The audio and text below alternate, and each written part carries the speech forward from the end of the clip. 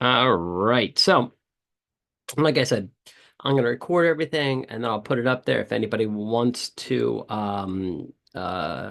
watch it after the fact. You're more than welcome to. I'm just putting a link up now, and that link will be in the description of the video, and that's just the notes that we're going over today. Now, this is not by any means an exhaustive um, review in that I don't have the questions or the answers to well, if I had the questions, I could come up with the answers, but I don't have the questions. And even if I did, I wouldn't give them to you. I wouldn't just farm questions and go, hey, here's the questions you're going to say. The but ultimately, I hope to cover a lot of topics, and we should be done in about an hour or so. Now it's 7 o'clock now. I put my kids to bed around 8. I don't know if they pop up. I might have to pause for 2 minutes to put the kids to bed. But we'll see how fast we can get through everything. Now, that being said, um, like I said, I tried to just review everything that we have gone over in Mercer's Laws, Rules, and Regs class. I know a lot of you folks went to Eastwick or McAllister or maybe Pimm's or Northampton, whatever. It doesn't matter to us whatsoever where you went to school. Don't care. It's we wish you all the best, and we hope that all of you pass this test as well as the national and everything else on your first time through. We do not give a S. I'm not going to curse on here. I'll keep it PG for the meantime. But we don't care where you went to school. So while you're prepping for it, if you have questions, or while you're prepping for the national, if you have questions, always feel free to reach out to myself, Professor Aldejuice, Professor Ford. Um, she just changed her last name, and I don't know what her last name is. Toland. She just got married. I don't know what her married name is. But you guys, most of you guys, if you went to Mercer, you'll know Sarah Toland, which again, she was just married. I don't know what her married name is. But and Mancuso, you can reach out to Mancuso, you can reach out to any of them. And again, I'm only speaking for myself. I don't want to speak for anybody else's time. I got to tell you, in general, we've always been open to helping people from any program. We don't care. And it's not like we're the gurus or we have all the answers or anything like that. But always feel free to reach out to us with questions or comments, or if you're like, even if, and God forbid, I hope everybody takes the JP and you're done and finished and you don't need to worry about it again. And I feel the same way about the national if you are unsuccessful in the national. And I hope everybody gets through it on the first time without an issue. But if you have questions, always feel free to reach out to us. Our doors are open to you regardless of where you went to school. We don't care. It's not like I know a lot of funeral homes are like, oh, well, you use brand X. We don't like it. We don't care. It doesn't matter. It's one of those deals where at the end of the day, if you went to school at Mercer or McAllister or Eastwick or Pimm's or wherever, I don't know, my paycheck doesn't change. Yeah, I don't care. And I'm happy. I want to see people get out and get into the funeral world. So any way we can help, let us know. Now, I just got off the phone with Cindy, and I did not know this until just 2 minutes ago. The test has always been given at Mercer, and the idea was that we are geographically centered in the state, so the school had a contract with the state board. I don't know whether that expired or not because they keep us completely out of that because it has to be completely independent of the funeral service program. They have switched that. And everyone's saying, oh, well, they're telling us to show up at 124 Halsey Street up in Newark. I'm like, what is this? That's a first. All right, that's new. But I just talked to Cindy and I confirmed indeed it is at 124 Halsey Street. So I'm surprised about because they had a big flood there. It was a whole mess. But apparently they must have cleaned it up. So apparently they have scheduled you a time and they said it's either 9 a.m. or 11 a.m. And regardless, you should be there a half an hour early. So if you were scheduled for 9, be there by 8:30. If you're scheduled for 11, be there by 10:30. It's not a bad idea to try to shoot for 10:15. Every time I've gone up to Newark for like one of the meetings of the state board or something, It's always been like forever finding a parking spot and stuff like that. So, with that being said, let's hop into this. Like I said, some of this stuff, actually, what I am going to do real fast is hold on, let me pause. And let me just get my slides up here. And again, the slides are in the comments. You can grab them from my Google Docs, and yeah, you will be good to go as far as that is concerned.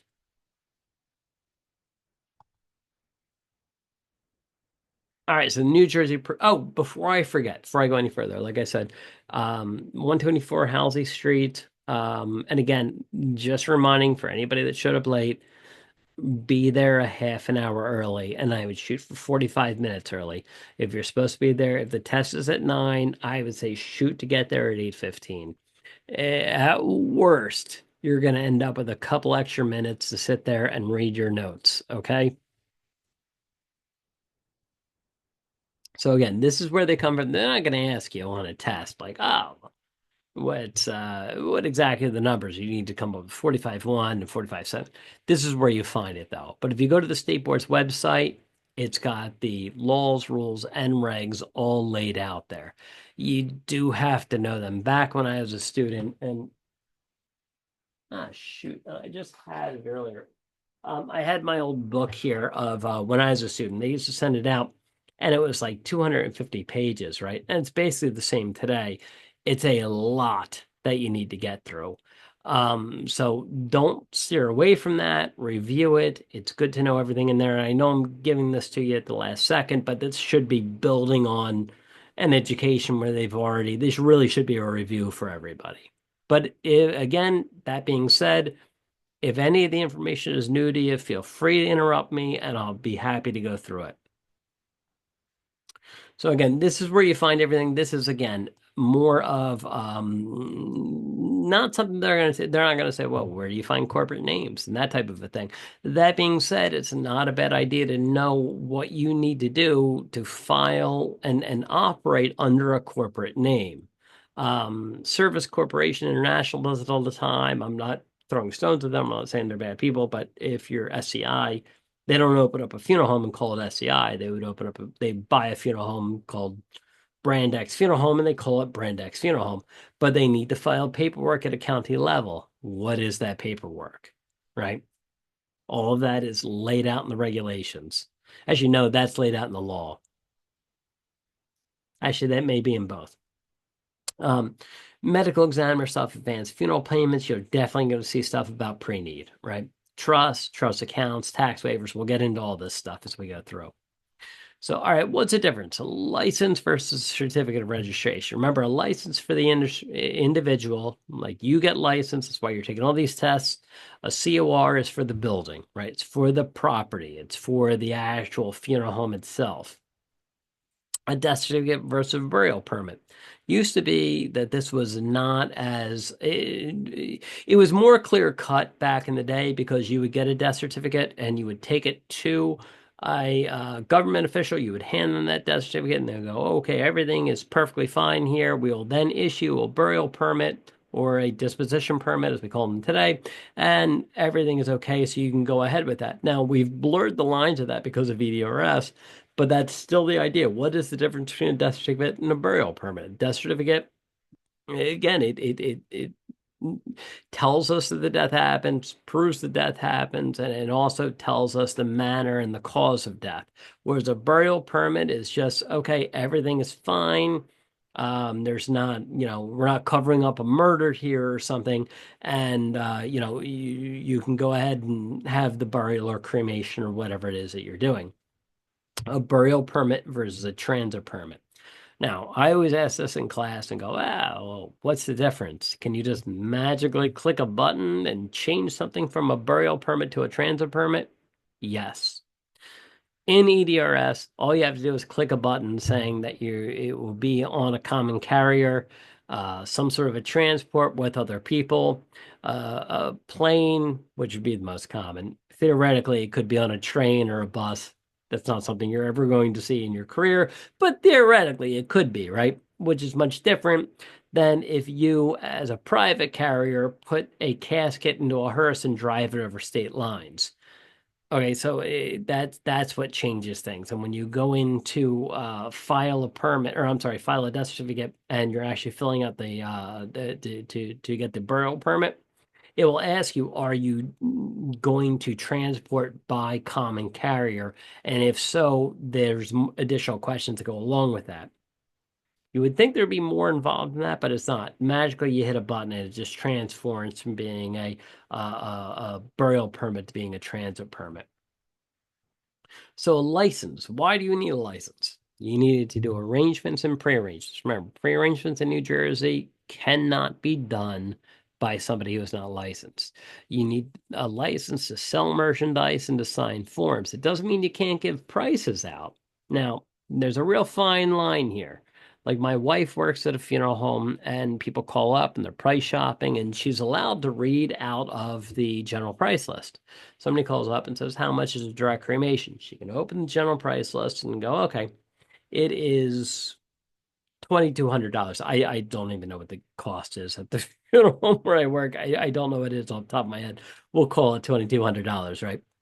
She's allowed to read that off, but she's not allowed to sit down with a family and actually go through and make arrangements and have them make decisions on what they're going to be purchasing, whether for a burial or cremation or anything else. And she's also not allowed to sign any of the forms, statement of goods and services, anything like that. She's not allowed to sign off on that.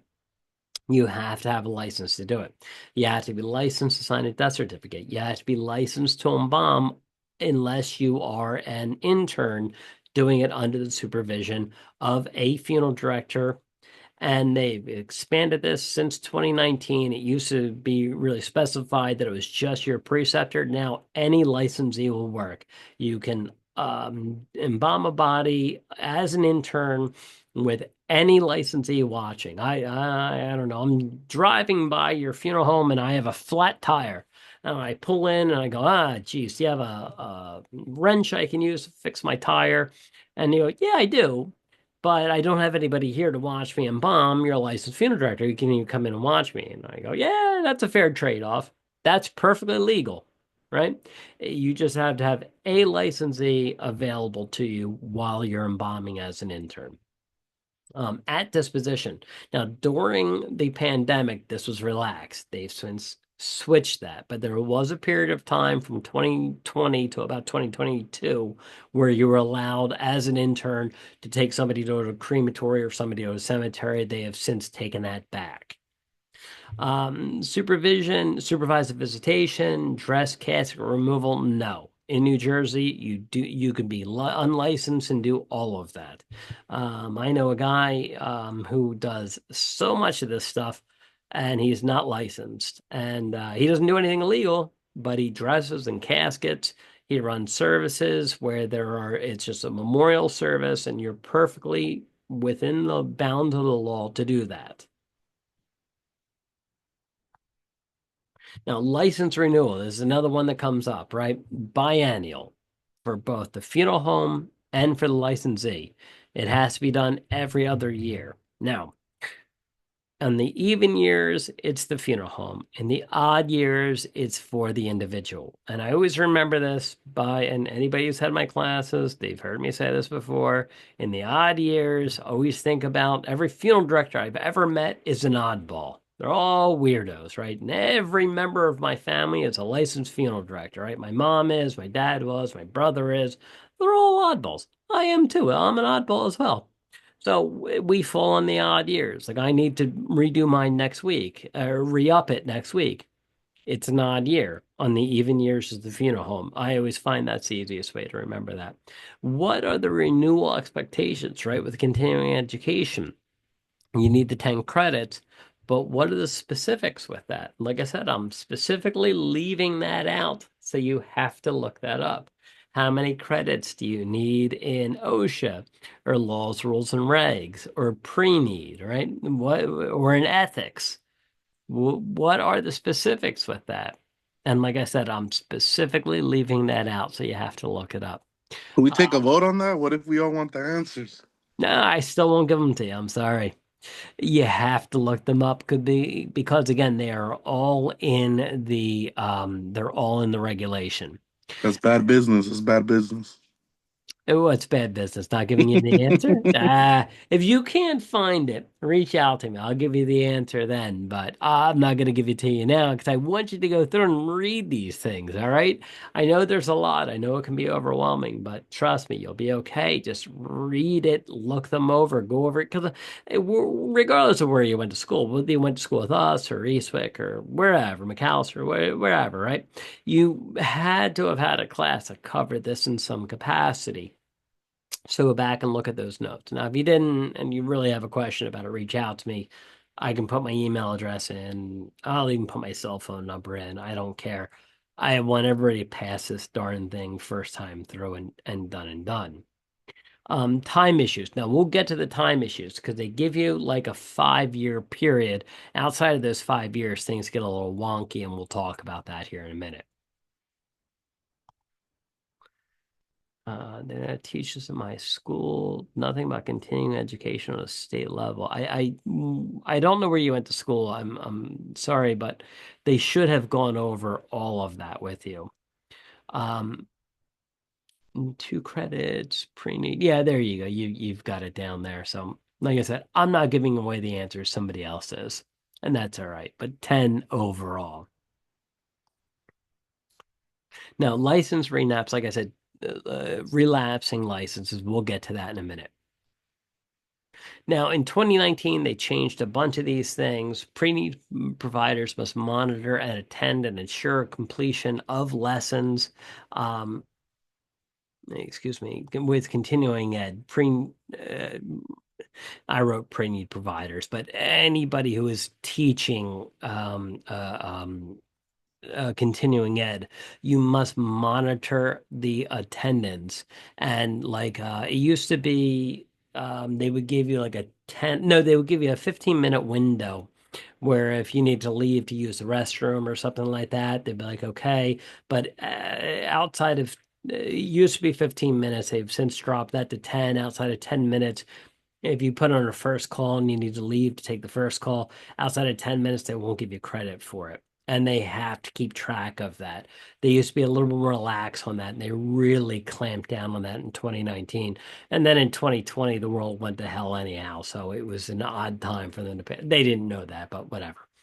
A CEU instructor must maintain the records for at least 5 years afterwards. Did New York State CEUs count for New Jersey? No. If anything is cleared in New Jersey, it has to be specifically cleared in New Jersey.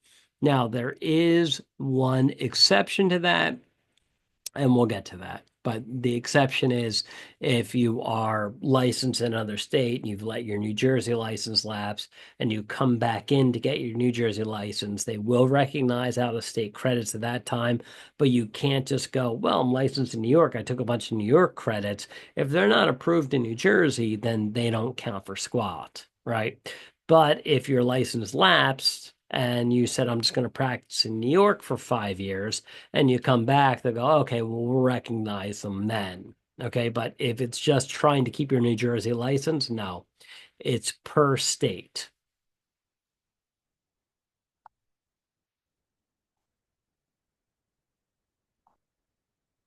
So again, inactive license. This used to be a thing where people would have a license. Like my mom is going through this now. My mom is 84, and she's going to renew her license one last time, which I think is crazy. She's 84. She should just relax and enjoy her golden years. But she wants to keep it for one more go around. So she'll be the better part of 90 when she finally, I guess, retires. Um, but they used to be you could just have an inactive license, meaning that you could advertise the person. Like, a lot of times a funeral home is built on a cult of personality, and they still wanted to advertise that person as running the funeral home.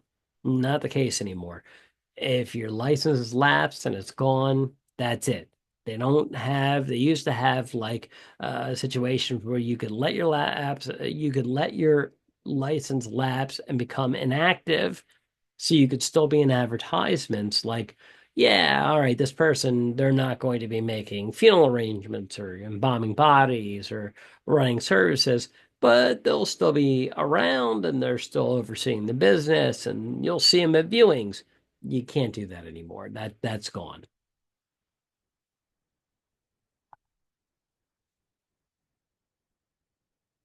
So again, license will relapse. Big thing is 5 years. They give you 5 years, and it used to be up to 5 years. They would say, okay, if you're out for 5 years, you come back, you need to get all of your credits up to 25, 10 per licensing cycle. 5 years would be 25, like two and a half of that, right? They've done away with all of that. They said, yeah, no more of that. It is what it is. If you've been gone for 5 years, now they're going to just make you do the CEUs from this licensing period and the last licensing period. And the same is true for the fees. You only have to pay the current fees and the previous fees, nothing more than that. So what used to be like they would charge you two and a half times the amount of the fees. Now they just go, okay, at worst we'll charge you the two times the fee, and you have to get the licensing requirements, the CEU requirements, excuse me, for this period and the period prior to that, but nothing more. That makes sense, everyone? Isn't And it the same thing than what you just said? Except the fee's a little cheaper. yeah, exactly. It's just the fee is a little bit cheaper, and they're not making you get two and a half of the licensing cycle. It's just the two. It's this one and the one previous, which is, I know, it's sort of a minor thing, but it's enough that they can ask a question about it.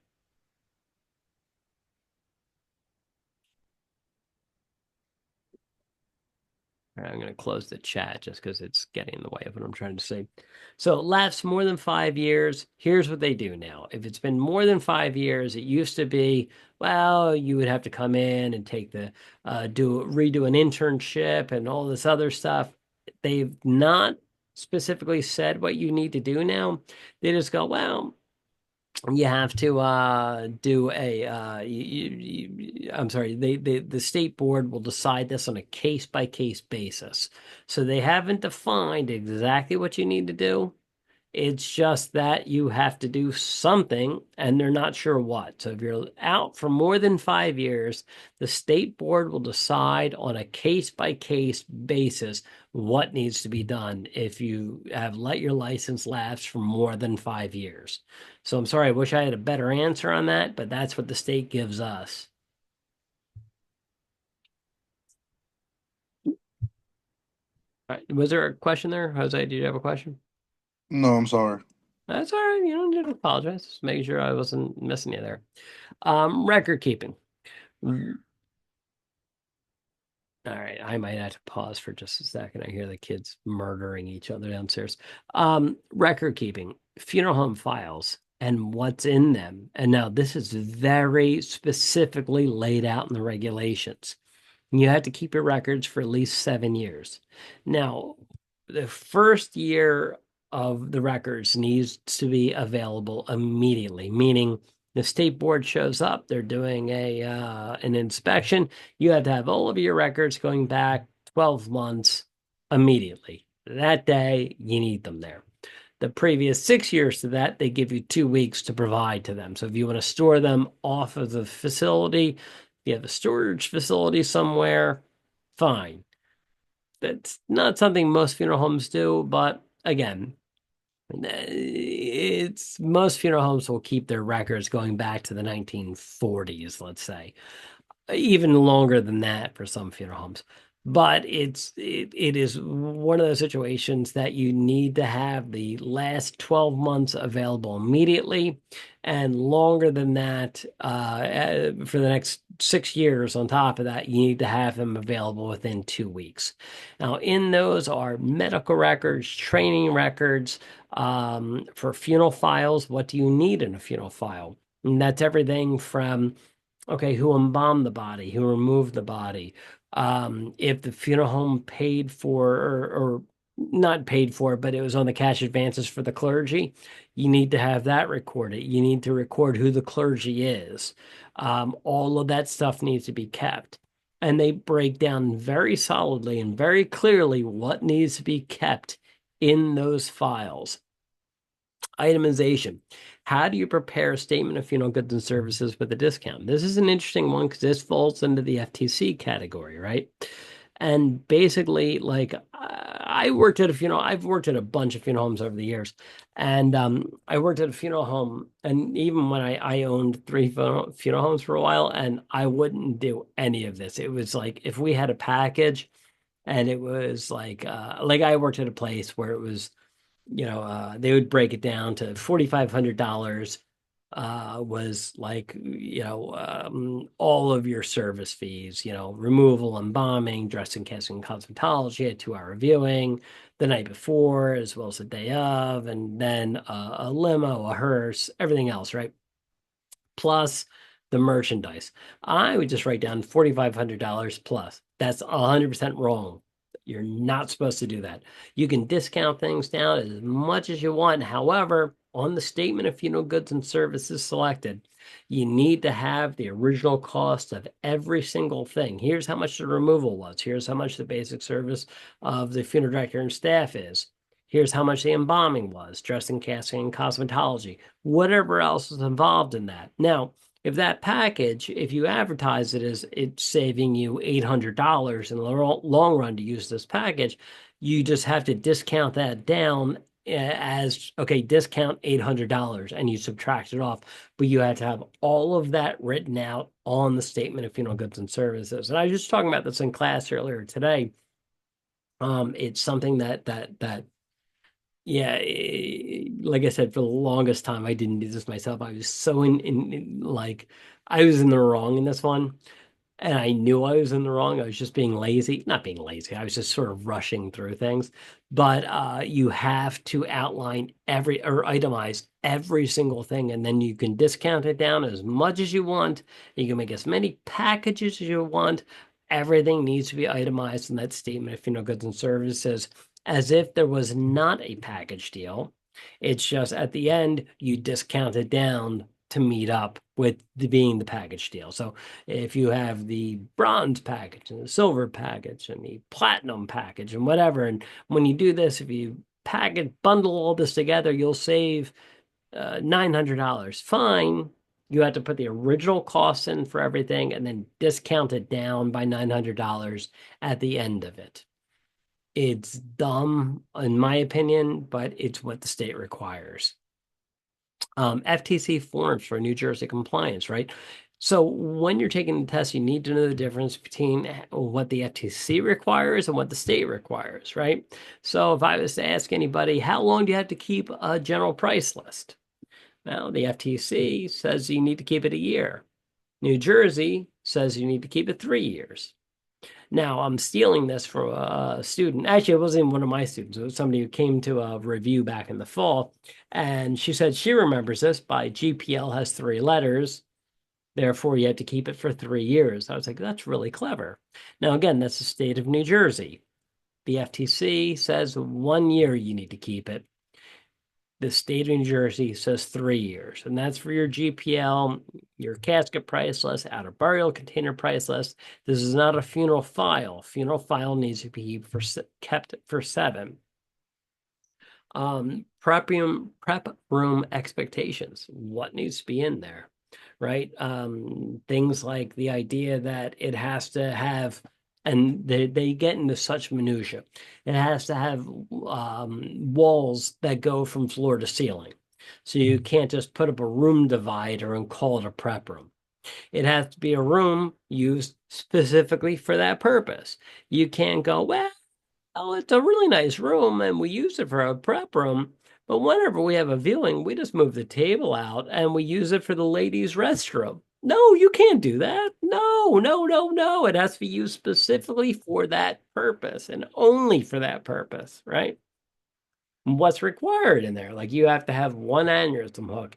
You have to have a suture needle. You have to have a trocar. You have to have a a drain tube. You have to have a scalpel. Like there's a whole list of everything you need, and it's perfectly laid out in that regulation, but you need to know that. Prohibitions. You can't have anything in there that's not used for embalmings. That includes a stretcher. You can bring a stretcher in to move a body off, obviously, onto the table. You can't store a stretcher in there. The inspector showed up once. I should probably pause that when I say this, but I'm not going to. It is what it is. An inspector showed up once, and again, if the inspector ever shows up, always be nice. Always be nice. Always be nice because they can always find something. Pretend you're getting pulled over by the police. Like anytime I've ever been pulled over, I'm yes sir, no sir. Here's my license and registration. Yes sir, no ma'am, whatever, right? Same way, right? And inspector came in and I was talking to him and he wanted to see something done like in our records. I was like, great, go ahead, take a look. In the meantime, I was running in the prep room. We had a back door. I was moving chairs out. So I'd put the chairs in there because we just had too many chairs. I needed to move them in there. And lo and behold, the inspector showed up. I can't store chairs in there, and for good cause. If you're in there embalming and you're embalming somebody with Hep C and it's a mess of a body, it's a 400-pound body and it's an autopsy and long bone donor and everything else, right? You could easily get blood or something like that onto the chairs. Now you're going to put them out in the viewing room and have somebody sit there while they're going to, like, no, that's not good. You're not supposed to have anything in there that's not used for embalming. Send the link for the rules and regs and any other information we may need. No, if you go to just put in New Jersey State Board of Funeral, I'm sorry, New Jersey State Board of Mortuary Science. It'll take you to their website. Just go to the Google. It'll come right up for you. And on their and right on their first page, will say regulations, rules and regulations. You click on that, it'll take you right to it.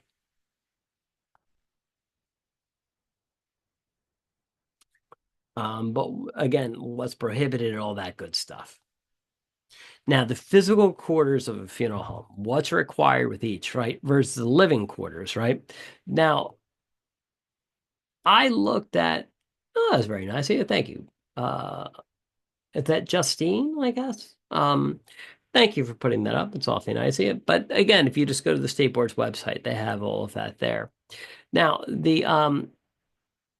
can you please go back over the requirement to keep the GPL in New Jersey?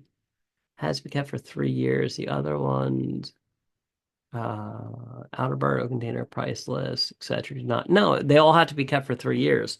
If you have any priceless, needs to be kept for 3 years according to New Jersey. According to the FTC, they only need to be kept for 1 year. But you're in New Jersey, so you need to comply by New Jersey's rules. So, a GPL, a casket priceless, outer burial container priceless, all of those need to be kept for 3 years. And the idea is they don't want you to change your prices every other day. You see somebody pull up and, you've got a family, they pull up in a beat up 1978 Datsun, pull this price list out. And then later on that day, you make a second set of arrangements. Somebody pulls up in a Cadillac or something like that. And you go, oh, well, let me pull this one out. I'll just change the date on it. Well, technically, you're allowed to do that, but you need to keep all of those price lists for 3 years, meaning you change your prices twice in a day. Like that's awfully odd, but you have to keep them for that amount of time. You have to keep them. Like even if you ended up changing it for the third time that day, you had another person pull up in a Datsun, and you go, "Oh my goodness, what am I doing? Let me grab this like lower priced one again, and I'll use that." Well, you've changed your price list again. You need to keep that for 3 years, right? Now, most funeral homes don't operate that. I would say I would assume all funeral homes really don't operate that way, but it's the idea that it creates accountability. Now, you just can't on a whim change your prices. So, physical requirements of a funeral home. Now, the living quarters are supposed to be separated completely from the funeral home. Now, this is a funeral home I looked at a couple of years ago. God, it's close to 10 years ago now, down in South Jersey. And I actually kind of regret not buying it because it was like they were giving it away. It was, oh my goodness, it cost next to nothing to buy this place. I still regret not buying it, but it is what it is. But the weird thing about it is here was the funeral home, right? And behind it, they actually had a separate building where the prep room was. Now, this is the house where the people lived. There was a little hallway between the two. And it was very suspect to me because right when you went through here, there was a living room, and in the back, there was a kitchen. And from what my understanding was, during viewings, they would just let people in this front door and they could go right across into here, although there was an entrance over there. That's 100% illegal, right? You can't have your house and have people coming through your home and over into the funeral home. You just can't do it. It's not allowed, right?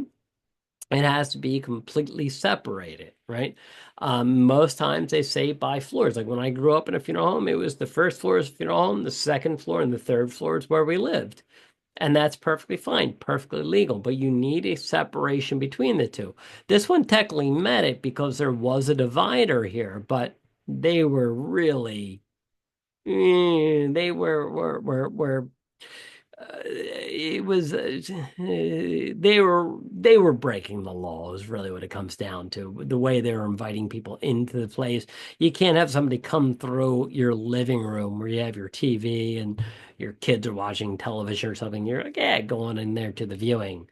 No, you can't have it, right? It's just not. You can't bring somebody through your kitchen and send them on through and yeah, go on in. There's the viewing room over there. You can't do it. Now, the second thing I want to point out is requirements for a prep room, right? Now, the prep room has to be on the same property as the funeral home. Otherwise, you need to get a whole separate COR, certificate of registration, for the funeral home, or I'm sorry, for the prep room, which would require everything that a funeral home requires. So, this is a funeral home that I did work for, right? This is the Frank T. Vidian Funeral Home. It's a great funeral home. It was a great place to work, man. They actually buried when Andy Reid's son died, they buried his son. And anyway, the prep room was over here in this white building. If you see that over here in this carriage house. Now, excuse me, if you own this property and that's all one property, fine, not a problem. Now, if this is separated, which is not uncommon, I owned a funeral home that went over two property lines. It was 337 Bridgeboro and 335 Bridgeboro, right? And because we had our parking lot, it went over where there used to be another house. They knocked the house down, made a parking lot out of it. You can put a prep room over there. That's perfectly fine if you own both. It just, you cannot have anything dividing the two areas, okay? It has to be a direct line across. You cannot have, a row of trees or something like that that divides it that you can't physically walk from the one to the other, right? So, hold on, let me see what I can.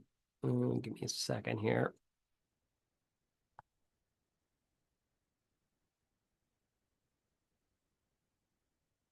All right, so I'm gonna do a weird thing here. You might have to join me in this. They've changed this on me a little bit. Let's say this is like 337, and over here is 335, right? And we'll just call this Main Street, right? Now, if you've got your prep room over here, right? That's perfectly fine, although they're on separate properties, so long as there's nothing dividing them, nothing separating them. But let's say that there is some sort of an obstruction between the two, right? Like you've got a forest of trees here, and it's almost impossible to walk across there. No, that doesn't work. But if you've got, geez, if you've got right. So you've got your trees here and your trees here. Jeez. Hold on. Let me grab my eraser again. and you've got your trees here, but you've got a walkway that goes across there that does not separate them, so you can walk from the one to the other, and that's perfectly fine. But if there is a separation between the two properties, meaning you can't walk from the one to the other, then your prep room over here,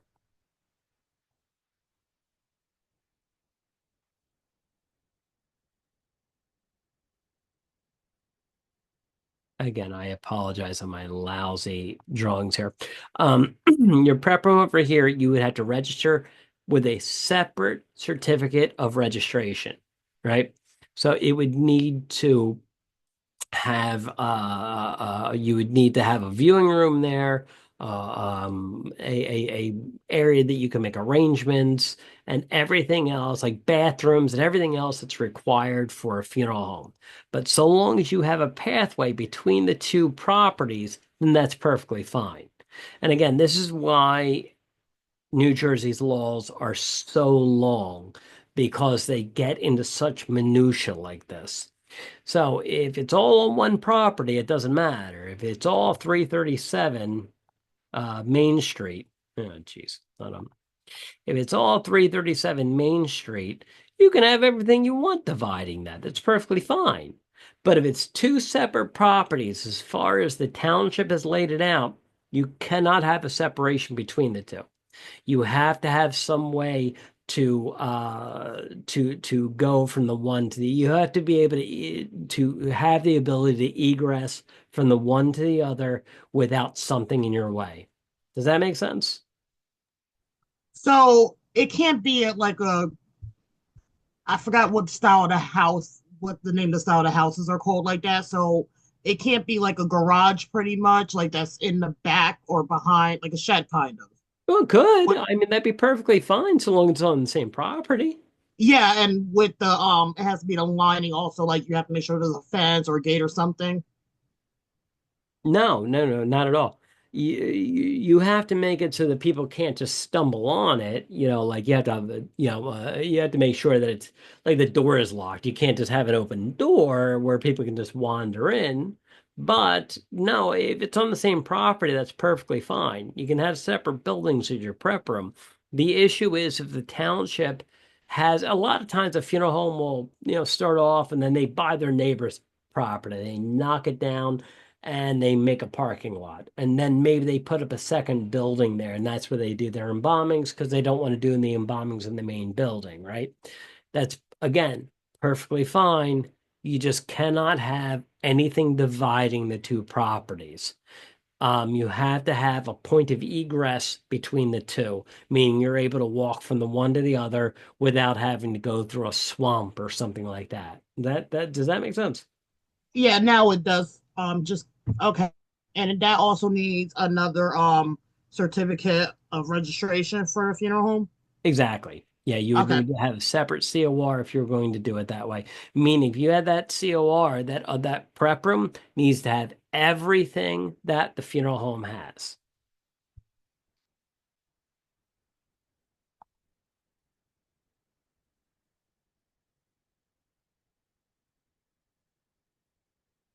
Why is this not working? There it goes.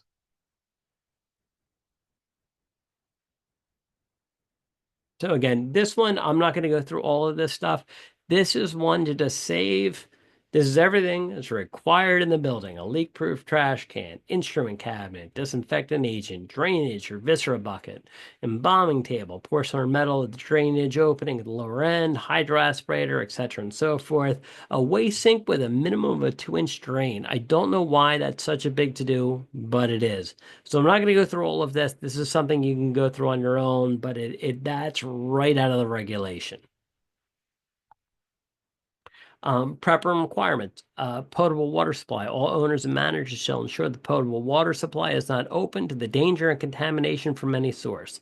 The requirement in A above may be satisfied by the installation of any approved hydro aspirator or other such devices as may be necessary to accomplish the purpose of this rule. Meaning that if let's say you have a funeral home and it's in a strip mall for some reason, I don't know why, but let's just say that happens, right?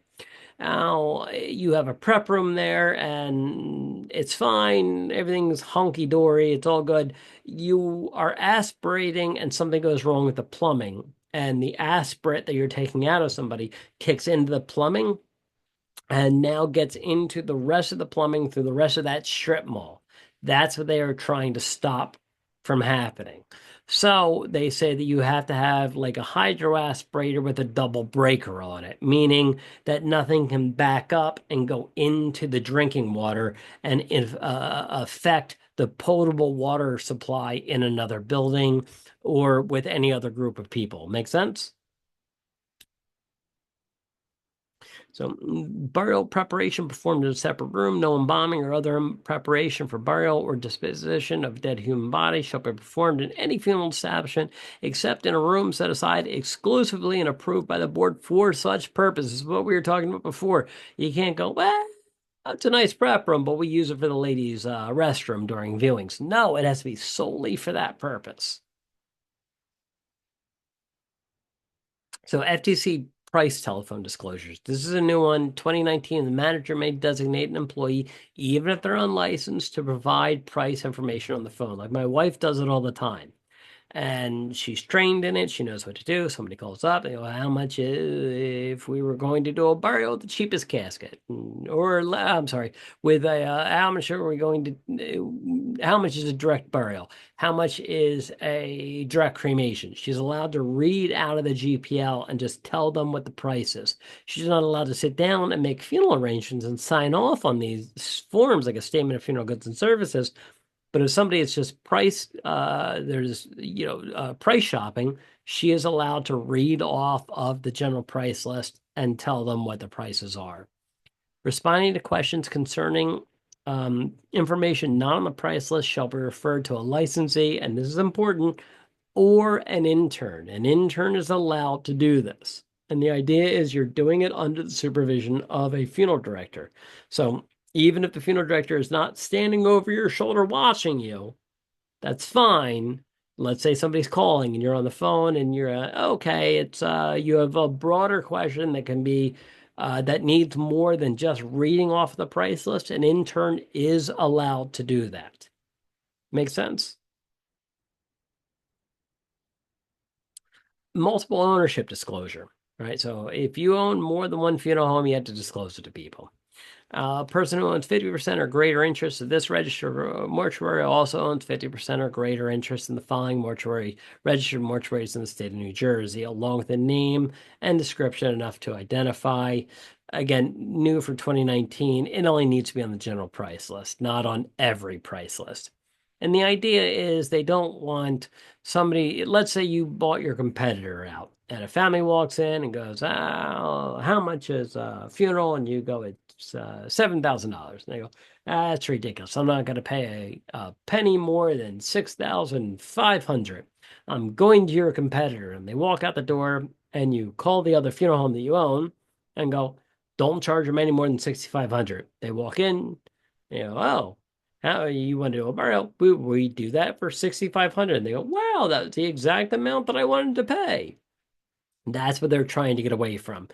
And again, this does not happen a lot. I think it's kind of a silly rule, but it's something they have put in there so you cannot have the possibility to deceive a consumer.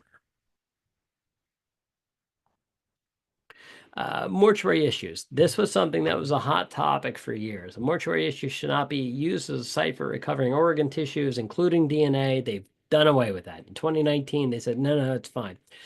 You can collect a lock of hair. That was the only thing you were allowed to do before, but you're still allowed to. Now they've changed it to say you can collect DNA via cheek swab, nail clippings, and/or blood collection, maybe the site of examination to determine cause and manner of death. And that was true even before 2019. If you wanted to have an autopsy done at the funeral home, you're allowed to do that. Food of the mortuary overturned in 2019. And if we weren't running so late, I would go through and ask how many people do have food at the funeral home. I'm just curious. But now you're allowed to serve food and beverages so long as they're not alcoholic beverages. But you're not allowed to prepare the funeral home. Excuse me, you're not allowed to prepare the food at the funeral home. So if somebody shows up with food, it's perfectly fine. And I know a lot of funeral homes that are like, okay, we have coffee and donuts. And that's fine, right? But you're allowed to, if somebody wants to show up with a whole kit and caboodle, an 8-course meal, you're allowed to do that. You just can't cook it at the funeral home. If a funeral home closes, again, this is new of 2019, must show evidence to the state board that the EDRS account is closed. You must inform the state board of the location and individual in charge of the funeral home records. Because again, just like an open funeral home, for 7 years, those records need to be available. For the first year, they need to be available. In the last 12 months, they need to be available immediately. And then for the 6 years prior to that, they need to be available within 2 weeks. Interns and intern regulations, preceptor qualifications. You have to be licensed at least 2 years, and a funeral home cannot have more than 2 interns. If they have a second intern, it has to be under a second licensee. One licensee cannot have 2 interns under their name. And again, I think this is a silly rule because there are some funeral homes that have they do 3,000 calls a year, and they can only have 2 interns. That doesn't make any sense. Now, the minimum amount of funerals that have to be done in order to take an intern is 25 per year, and that is excluding stillborns. And the idea behind that is if you are allowed to do an internship for up to 3 years. And with the rule being 75 funerals, 75 embalmings, and that's what it used to be. The 25 sets of funeral arrangements were added in the last 15 years. But the idea goes back to, if you did every funeral and did every embalming over the course of 3 years, you would hit the 75 and 75. So you have to have a 25 call per year minimum to take an intern. And that is excluding stillborns. Intern extension, remember, the third year they'll give to you without question. By default, it's 2 years. If you have more than 90 credits, they'll drop it down to a 1-year minimum, and you can extend it up to 3 years. If you fail the state board practical, you got to wait 30 days to take it again, and you have to pay the fees associated with it. Now, a concurrent internship, this is where it gets wonky. So man, I do not like this new layout with Blackboard, but whatever, I'll make do.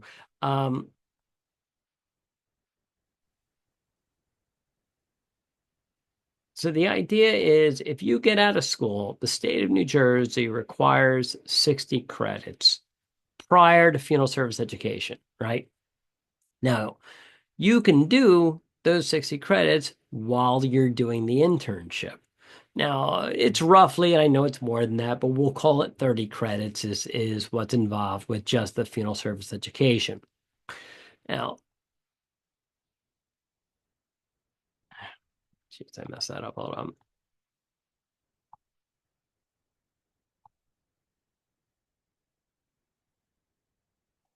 Yes, Betty. Um, can I have a snack? What do you want? Can I have like a popsicle? You already had a popsicle. Can I have an ice cream cone? No, you cannot have anything out of the refrigerator, nothing out of the freezer. Good answer is that why'd you have one of the cookies that Mom made? Can I have one of yours? Yes, you have one of my cookies. Go ahead, have one of those. Yes, all right, go. I want that. All right. So if you're doing the first 60 credits, right, before you're taking any funeral service classes, this is the concurrent internship, right? I was going to write that you'll get the point there, right? So you're allowed to start getting the 75, 75, and 25, although you're not taking any funeral service classes yet. Now, during this period while you're doing the 30 credits, roughly 30 credits, I know it's more than that, I'm just trying to simplify it, right? While you're doing the 30 credits to get to actually do the funeral service classes that you'll be tested on with the national and all that stuff, that's not considered a concurrent internship. although you're doing it concurrently while you're in school. The concurrent internship is only active while you're doing those initial 60 credits. You get done high school, you have no college credit, and you go, I want to become a funeral director. And you go off and you start an internship right away and you do those initial 60 credits. You can start doing the 75, 75, and 25. That is the concurrent period. And during that time, you have to do at least 8 credits per semester, and they cannot be remedial. Those 8 credits can't be like I had to take a remedial math class when I was in college because I stink at math. That would not have counted towards the 8, but that's considered the concurrent period. Although, by definition, concurrently, while you're in school doing those last 30, you're still doing the internship, right? So it's a weird thing where they have messed with the English language, if you will. But that's what they consider the concurrent period, is while you're doing those initial 60 credits. That makes sense? Because if it doesn't, it's a weird one. If it When you say doesn't, initial 60 credits, are you talking about the prerequisites? I'm talking about the prerequisites, but the state of New Jersey says you need 60 credits prior to funeral service education. They don't care what it's in, but you have to have 60 credits or 2 years of schooling prior to funeral service education. And during that period, that is considered the concurrent period of the internship. Make sense? Yeah. I know it's a weird one, man. Ashley, go ahead. What was your question? So I was in that situation because Yeah. I got my internship while I was finishing out my 60 credits. Now, will that cause I don't know, I never thought about till you just said this. So if we already did our 2 years and we did No, the extension for three. if you're no, I'm not going to get into questions like that right now. I'm only getting into questions about the test. If you have questions, Yeah, so I'm just worried about if that kind of question will come up because I heard that the questions can be tricky with yeah. their wording. So if that comes up, that would still be concurrent? Yeah, yeah, absolutely. That would be the Okay. concurrent period. Although concurrently, you were still doing the internship while you were in school, but the concurrent period was just while you were in the prep program, right? Make sense? Okay, now it does. Thank you. Yeah, right. So it's a weird thing, man, and there are they are screwing with the English language, if you ask me. I think it's a dumb thing, but the concurrent period is only considered during those initial 60 credits. Once you've got the 60 credits done and you've got the and you get the AQC or the MQC, the academic qualifying certificate and the mortuary qualifying certificate, you're no longer doing a concurrent internship. Although you're doing it concurrently with school, it's not a concurrent internship. As odd as that is, they do differentiate between the two. Make sense? As weird as that is. And if you have questions, please feel free to ask, because that's a weird one. I'm sorry. Could you explain that again? Sure. If you get licensed in New Jersey, right? So what they require is 60 credits prior to funeral service education. They don't care what the 60 credits is in, or what the 60 credits are in, excuse me. And let's say you get done high school, or like my mom. My mom was 45 when she started the program, right? My father, her husband. That would be a weird one, right? But anyway, my father, her husband, he goes and drops dead. Thanks, Dad, right? Anyway, now she's stuck with a funeral home and 2 kids. She's got no college education whatsoever. She had to get 60 credits before she could start the funeral service classes. While she was doing those 60 credits, she was registered as an intern. That's basically 2 years of schooling. So during those 2 years, she was doing her concurrent internship, and she was working towards the 75 funerals and the 75 embalmings, and we'll say the 25 sets of funeral arrangements. That wasn't required yet, but we'll include it. The 75, 75, and 25. When she finished those 60 credits, she would then send in proof of that to the State Department of Education, and they would issue the academic qualifying certificate or the mortuary qualifying certificate. Same thing, They give it two names to make it complicated. At that point, you no longer need to send in anything to the state board. While you're doing the concurrent internship at the end of each semester, you are supposed to send a transcript to the state board to show them that you're taking enough credits that you will graduate in time. Once you hit that 60 credit mark, they don't care. You don't have to send them anything until you're done school.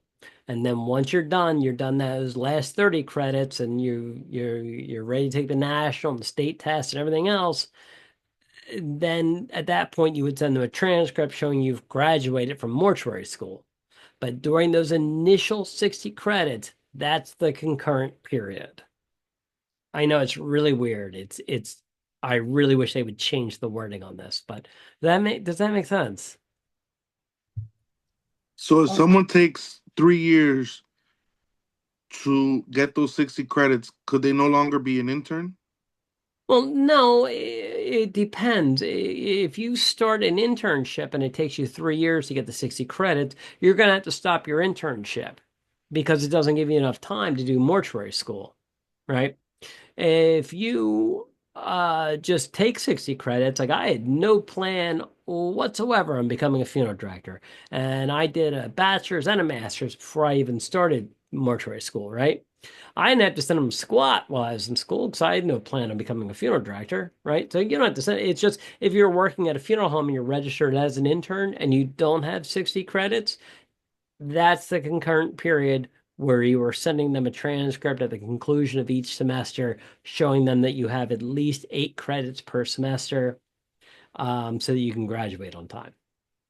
Once you hit the 60 and you get the AQC, the MQC, it doesn't matter anymore. They don't care.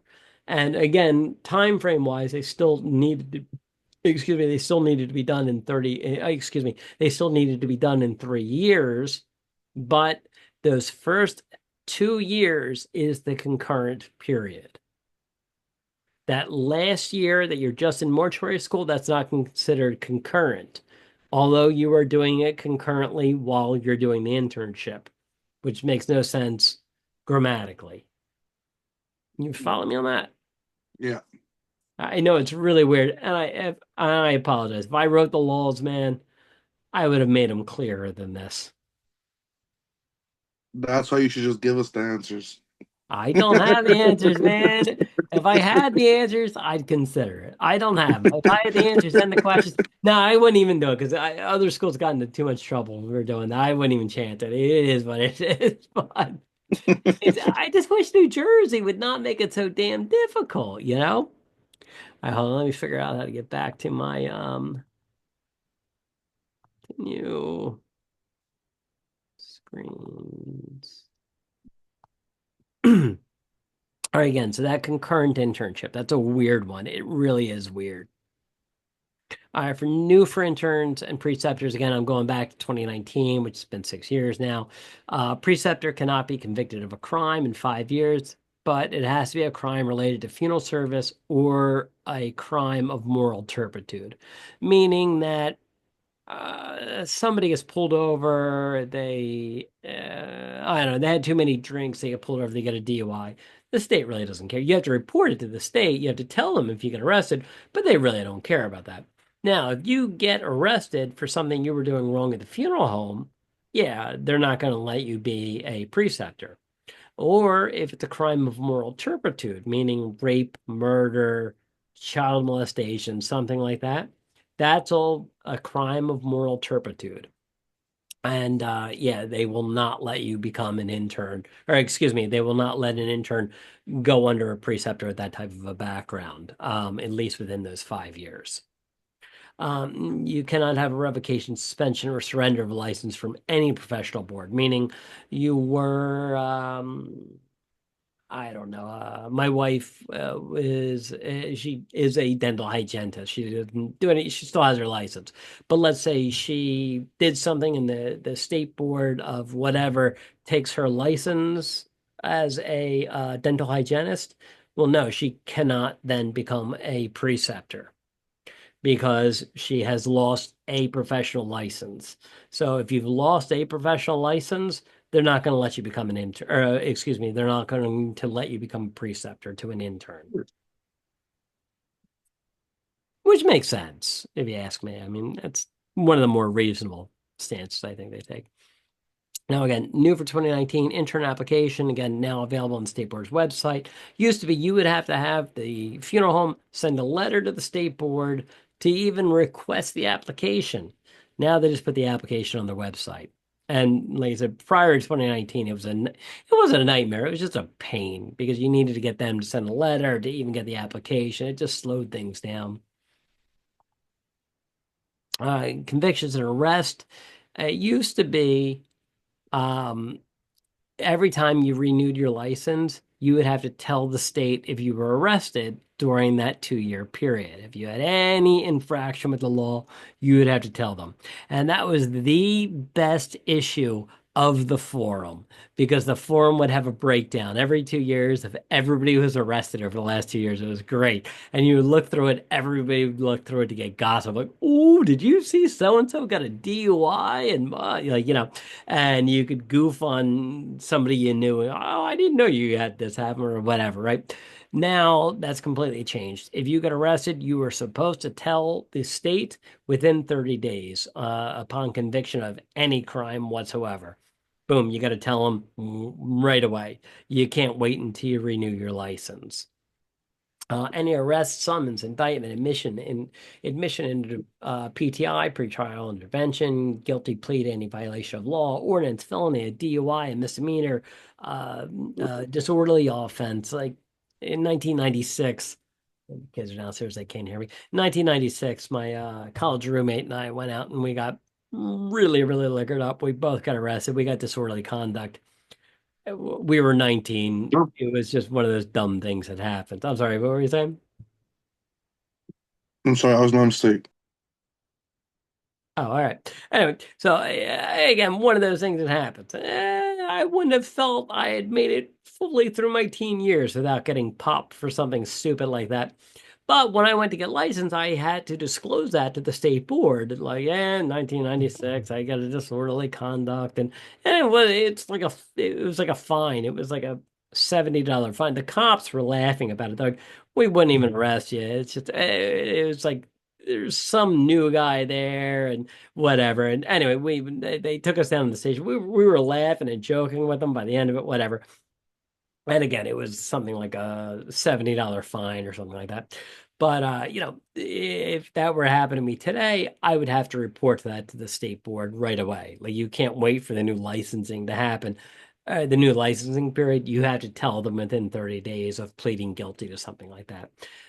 Speeding, they don't care about it. If it's a ticket, they don't care about it. No, DUI, they would care about. But if you just get pulled over doing 70 and a 55, they don't care about that. Again, more new for 2019.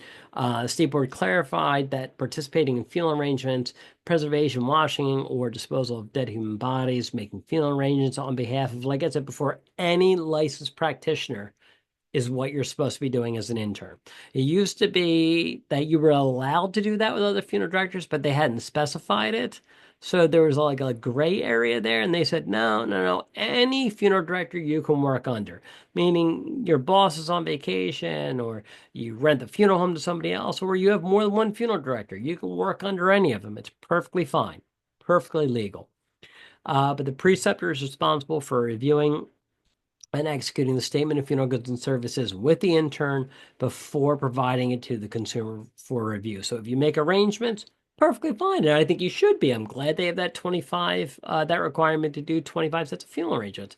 But you're supposed to go over the statement of funeral goods and services with your preceptor before handing it to the consumer for review. And again, this goes back to that idea that any licensed funeral director will work. So, you have more than one licensee at the funeral home, and your preceptor's off at lunch, and you're making the arrangements. You come out and you see Joe, funeral director, who you work with, and you go, "Hey, you're not my preceptor, but can you look this over?" That's perfectly fine. Insurance and advertising. You can advertise yourself as an intern, but you have to specify John Doe, New Jersey intern registration number, and whatever your license number is, your intern license number. ¿Para qué mezcla? Ya manda todo ya. I'm sorry, was that for me or was that just I'm getting noise in the background? I'm going to take that as just noise in the background. All right, forms of ownership. You have to know this. You have to know the difference between the forms of ownership. I'm not going to get into the minutia of this. Use of the manager name, titles, and sign. There are different things you can use. It's either manager, executive director, or senior director. That's fine, but you have to pick one and stick with it, right? You can't have a manager and a senior director. You're not allowed to do that. It's one or the other. Now, it doesn't mean you can't make up other titles for people. Like I worked at a funeral home where they wanted the previous owner's name on there, but he wasn't the manager anymore, so they made him president. And all that was, it's just a way to have his name on the sign. That's perfectly fine. But you can't have somebody as a manager and somebody as a senior director or somebody as an executive director. No, you have to pick one of the three and stick with it. Go ahead, Ashley. Does that also include what is the CFSP title? That the CFSP has nothing to do with it. The CFSP has the academic and professional value of a world's greatest father coffee mug. That's all that is. It's the biggest waste of time and money I think I've ever seen in this line of work. It does not matter. You can write CFSP and they made that up. It's a completely made up thing. It doesn't matter whether you include it or not. And if you are, that's fine. You can include it. And if you're not, it doesn't matter. But what are you supposed to do with the death of an owner, right? How much time do you have to notify the state board? And how much time do you have to notify them of who will be replacing this person? Right? Like my old man dropped dead, right? May 2nd, 1985. Boom, dead. We had to name somebody very quickly to be manager of the funeral home, right? And they give you a certain amount of time. I know how much time it is. I'm not going to tell you. I want you to look it up. A new installation. If you have a new funeral home right now, this could be you have a funeral home and it's been there since 1942. It's Brand X Funeral Home. And you want to move to the building next door, right? Because it's a nicer building. It was a doctor's office, let's say. But you buy it and all you're doing is moving 20 feet over or 30 feet over into the new building. Doesn't matter. That's a new installation. That's a completely new building. You need a new certificate of registration, meaning somebody will have to come out and they will have to inspect the place and they will have to give you a new COR. If you buy a funeral home that's existing, it's been there since 1852 and you're the new owner. It doesn't matter that you're a new installation. That's a new business as far as the state is concerned. You have to get an inspection. You have to get a new certificate of registration. That is a new installation, right? The change of ownership, change of location, it doesn't matter if it's 10 feet away or whether you're moving that funeral home 9 towns over. It's the same thing as far as the state is concerned. Closing a funeral home. We'll get to that. I do have a slide on that. We'll talk about that in just a minute. There are certain things you need to do. Unlicensed owner, you're absolutely allowed to have an unlicensed owner. And like I said, I always use my mom as an example of that. Anybody know the answer? Jose, what are you asking? Answer to what?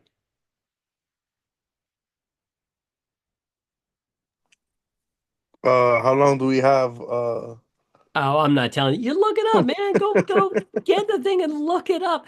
You should be reading this thing, man. Download it, read it, look it over, you know? And it's broken down in a way that it will tell you right there in the in the table of contents where to look. Page 34. Thank you. I really appreciate that. It's a Justin or Justine. Looking at the name, I don't want to say it's wrong, but I don't want to say your name wrong, is what I'm saying. I'm not sure whether that's Justin or Justine, but thank you for just pointing out the page number. I appreciate that. Um, Unlicensed owner. You're absolutely allowed to have an unlicensed owner. You just have to have a manager. Like I said, my old man was dead. My mom owned the place. We had Paul Budd as the manager. Great. Not a problem, right? He was a licensee. Wonderful.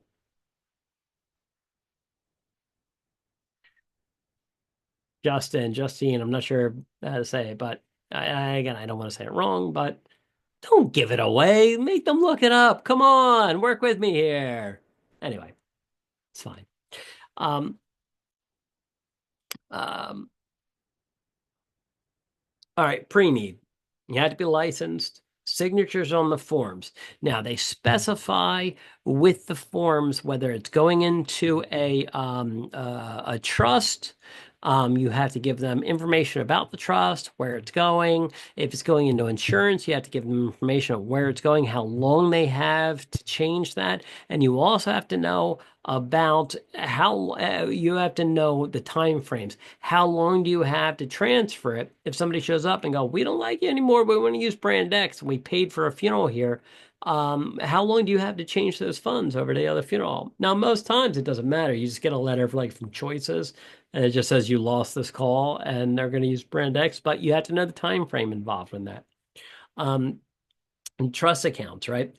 Now, the trust account, you can put everything into a trust account. If you're over 200 people in that trust account, like 200 accounts in it, it then becomes a master trust, and you can take 1% of the interest gained to pay for running it.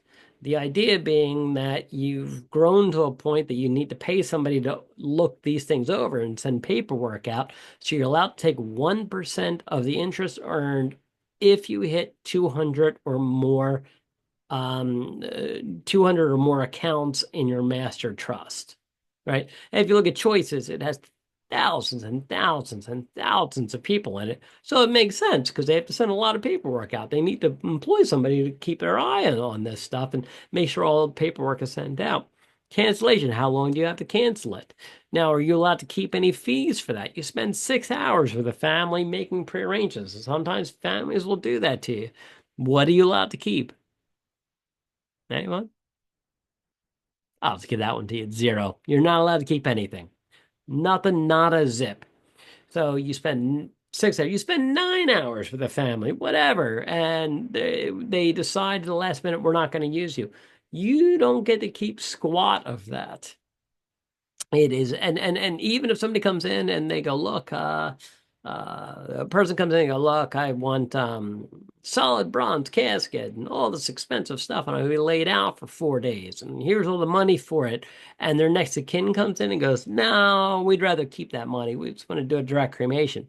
Doesn't matter. You have to do a direct cremation, give them their money back, right? And again, unless it's unless you're getting into an irrevocable situation, which is different. But if you're talking about something that is revocable, you have to give the money back. It's something you can't keep a penny of it for services that you have not rendered. And it makes sense. It is done for consumer protection. And if you've ever dealt with the funeral out of state that's prearranged, like I dealt with somebody that they made prearrangements in 1991 in Florida, and they wanted to move the prearrangement. The woman had moved to New Jersey, and they wanted to move that arrangement up, and they had paid something like $1,100 in 1991. I contacted the funeral home and said, yeah, well, they want to transfer it. And they paid something like $980. I was like, yeah, that's nonsense. I was like, how much interest have you made on that? They're like, it doesn't matter. We're keeping the interest. You only get the original amount put down. And I was like, are you out of your mind? They're like, well, we had to store that. I was like, you didn't store anything. You didn't buy anything. All you did was you took their money and you put it into an account. But they get in Florida, they get to keep all of that other than the initial money put down. So it's done for consumer protection. It does make sense. And I frankly, I do agree with that because you shouldn't just be able to take it sucks when if you have to meet with somebody for that long, then you lose the call, but that's life, and I'd rather the consumer not get burnt on that one.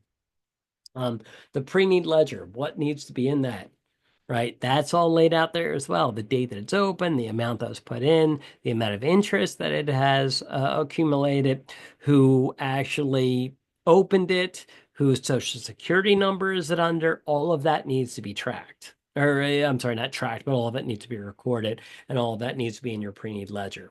And again, all of that is laid out in the regulations. Again, 100% pre-need trust. Somebody comes in, they give you $10,000 towards a funeral. You can't swipe 1,000 off the top because business has been slow that month. Everything has to go into the trust. You can't keep a portion of it, whether it's going into trust, insurance, whether it's a POD account with a bank, a payment payable on death account. Doesn't matter. You have to. All of it has to go into it. Again, trust issues is what I was talking about before. 200 accounts, that's that magic number. Commissions, you can't take commissions unless you're dealing with insurance. If you sell insurance, you're absolutely allowed to take a commission, and that's issued by the insurance company. So the consumer is not affected by it one way or the other. And if you haven't, I would say look into getting an insurance license. After you get licensed, get done all your funeral director license stuff, it takes like 2 weeks to get a license with insurance. And it's nice to have that option, right? Now, if you do newly issued insurance for pre-need, that's where you can get a commission. Somebody comes in and they've got a whole life policy they opened up in 1974 and they want to transfer it over. So the funeral home is the really the way that it would work is the state would become the beneficiary and the state would, and the funeral home would become the absolute assignee if you were going into an irrevocable situation. But in a case like that, that was an insurance policy that was issued in 1974. You can't take a commission on that. That was the commission was issued in 1974 by whoever initially wrote that policy. You don't get anything off of that. The funeral home will benefit if they actually handle it at the time of, and you can transfer even ownership and beneficiary, but you don't get a commission on it. You only get commissions on newly issued insurance policies set up specifically for pre-need. And again, like POD accounts, I've talked to students over the years. Some of them still do this. Like they just send people down to a local bank. Perfectly legal to do. Payable upon death. They go down. They okay. Here's the funeral bill. We'll put 10 grand into the account, and the bank goes, great. When the death happens, just come down with the death certificate, and we'll issue the money out to the funeral home. Perfectly legal. Kind of rare. It was much more common back in the 80s and through most of the 90s, but it's very rare today. But it's legal. You're absolutely allowed to do that. Quick question. I'm Yes. sorry to You don't interrupt. apologize. You're fine. 200. Why? What is significant about that number? 200 accounts. Because you're getting to a point where you have to send reports out every month to the funeral home, showing them how much that that particular account, how much interest is accrued. So monthly, that has to be done. If you get to a point that you have to send 200 of these out a month, oh, all right, then it's enough time that there's enough work involved that that's becoming a full-time job. So therefore, you need to be able to give some leeway to pay somebody so they can just handle the paperwork that's involved with it. That makes sense? Yeah, okay. Yes, So, thank you. so at 200 accounts, you start getting paid from the state? No. The funeral home doesn't get anything. Whoever is running that trust is allowed to take the 1% of the interest so they can make sure that the paperwork goes out to the people who need it. But the funeral home's not getting anything until the time of death. It's just a matter of, okay, you've got somebody running a trust and they need to be paid for their time. Make sense? All right, so Yep. all right. In 2019, they also changed it. It used to be if you had $500 or less in an account, that was irrevocable, right? Remember, somebody has to be on Medicaid or within 6 months of going on Medicaid to open up an irrevocable account, and that does not count against their assets. And prior to, and you don't need to remember this date, March 15th, 2000 was when the change happened.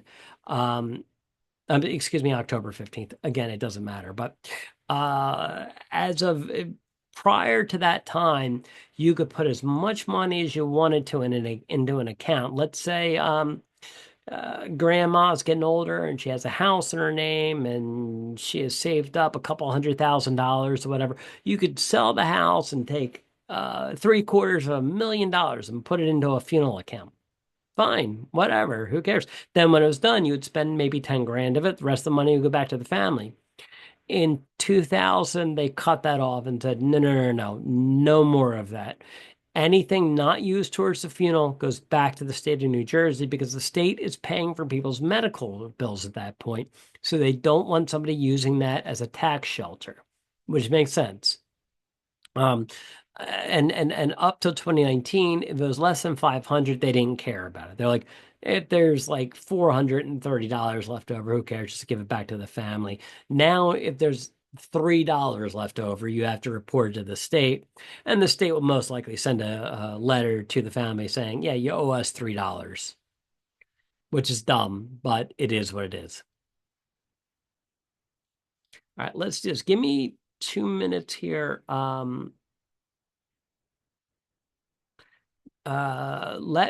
just need to run downstairs and check on the kids. Give me 1 second because my wife's at a PTA meeting.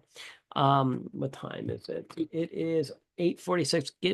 We don't have much left. Let me hit pause on this for just 1 second here. And give me just a minute because I just want to check on the kids, make sure they're down.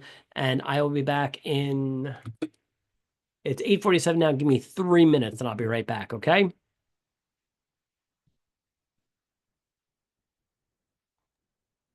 Sounds good.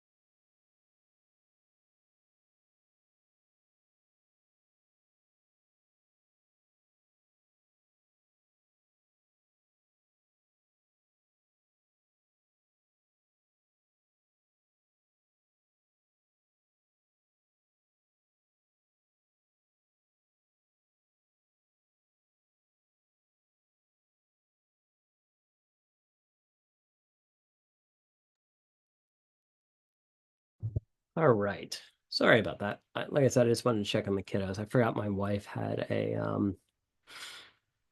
PTO meeting and she needed to do that. So, all right. So, advertising. You have to have the name of the funeral home as registered with the state, right? So, you own Brand X Funeral Home and you decide one day, I'd rather it says Brand X Memorial Home.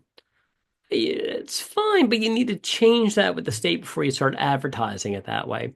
The manager has to be listed in it, and this includes any advertisement.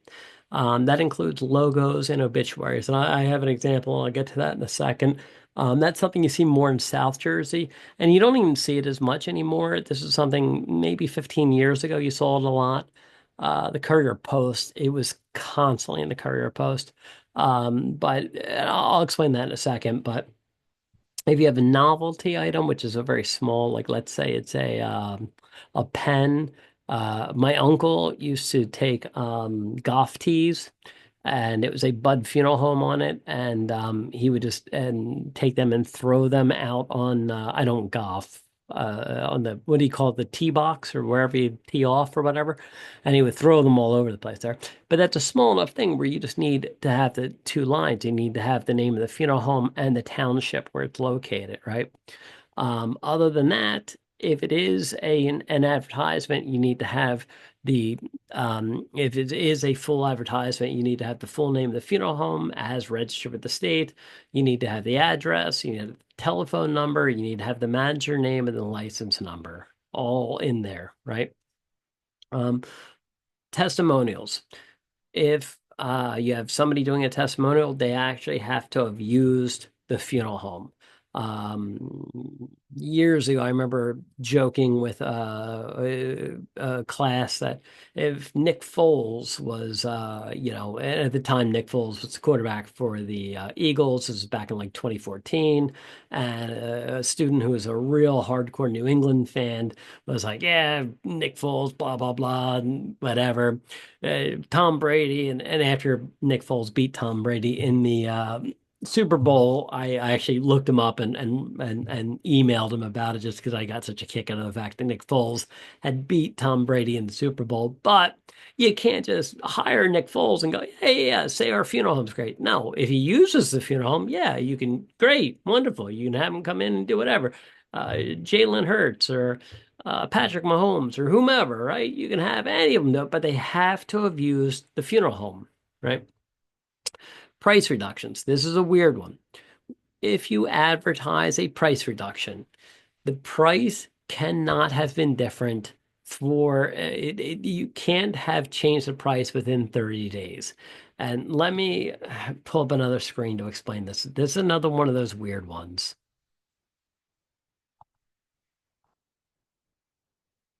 Again, I'm sorry. They used to make this so much easier. All right, so let's say you have a casket and it is $300. And you drop the price down to $100. Actually, I'm sorry, wait, let me do this. Hold on, wait. Let me change this. So you have a casket, you're selling it for $300 normally. So it's today and it's what to say, Wednesday, and you up the price to $600. And tomorrow you go, well, you can buy this casket at half price for only $300, right? Well, no, that's completely misleading the consumer, right? You're saying, well, you can buy the $600 casket for only $300, but if you had bought it yesterday, it was $300. So if you wanted to do this, which again is a lousy thing to do, and I don't advise doing it, you would have to raise the price to $600 and leave it for 30 days.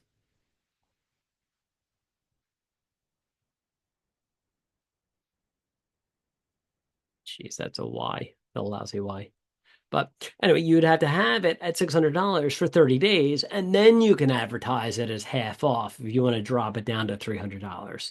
But it's a 30-day period that you have to have it at that higher price before you advertise it as being like, oh, look, you can get it at $300 rather than $600. Otherwise, you're just misleading the consumer. Again, something you don't see a lot with funeral homes. This is, I think, something you find in retail a lot, but it's not something you find with funeral homes a lot. But that's their concern.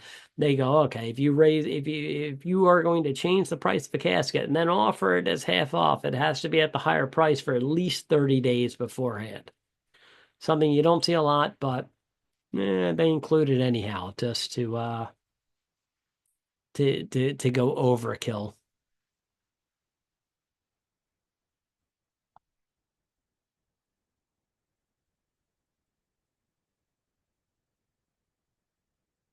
All right, so again, this is what I was talking about before with obits, right? With an obit, if you have a logo in the obit, that is considered an advertisement. And I'm not picking on the Chinuskis. It's just I just happened to go to the Courier Post website one day and see this, and I grabbed it. It was very, very common, and it's still common if you look in some newspapers. But if you're going to run this where you've got this type of an image, well, that's an advertisement, and therefore it falls under all the advertisement rules where you have to have the address, the township, the manager's name, the license number, and all that stuff. Also, the family is not allowed to pay for that. You can't charge the family for that. They decide, no, no, no, that is your advertising. You need to pay for that. The funeral home has to pay for that.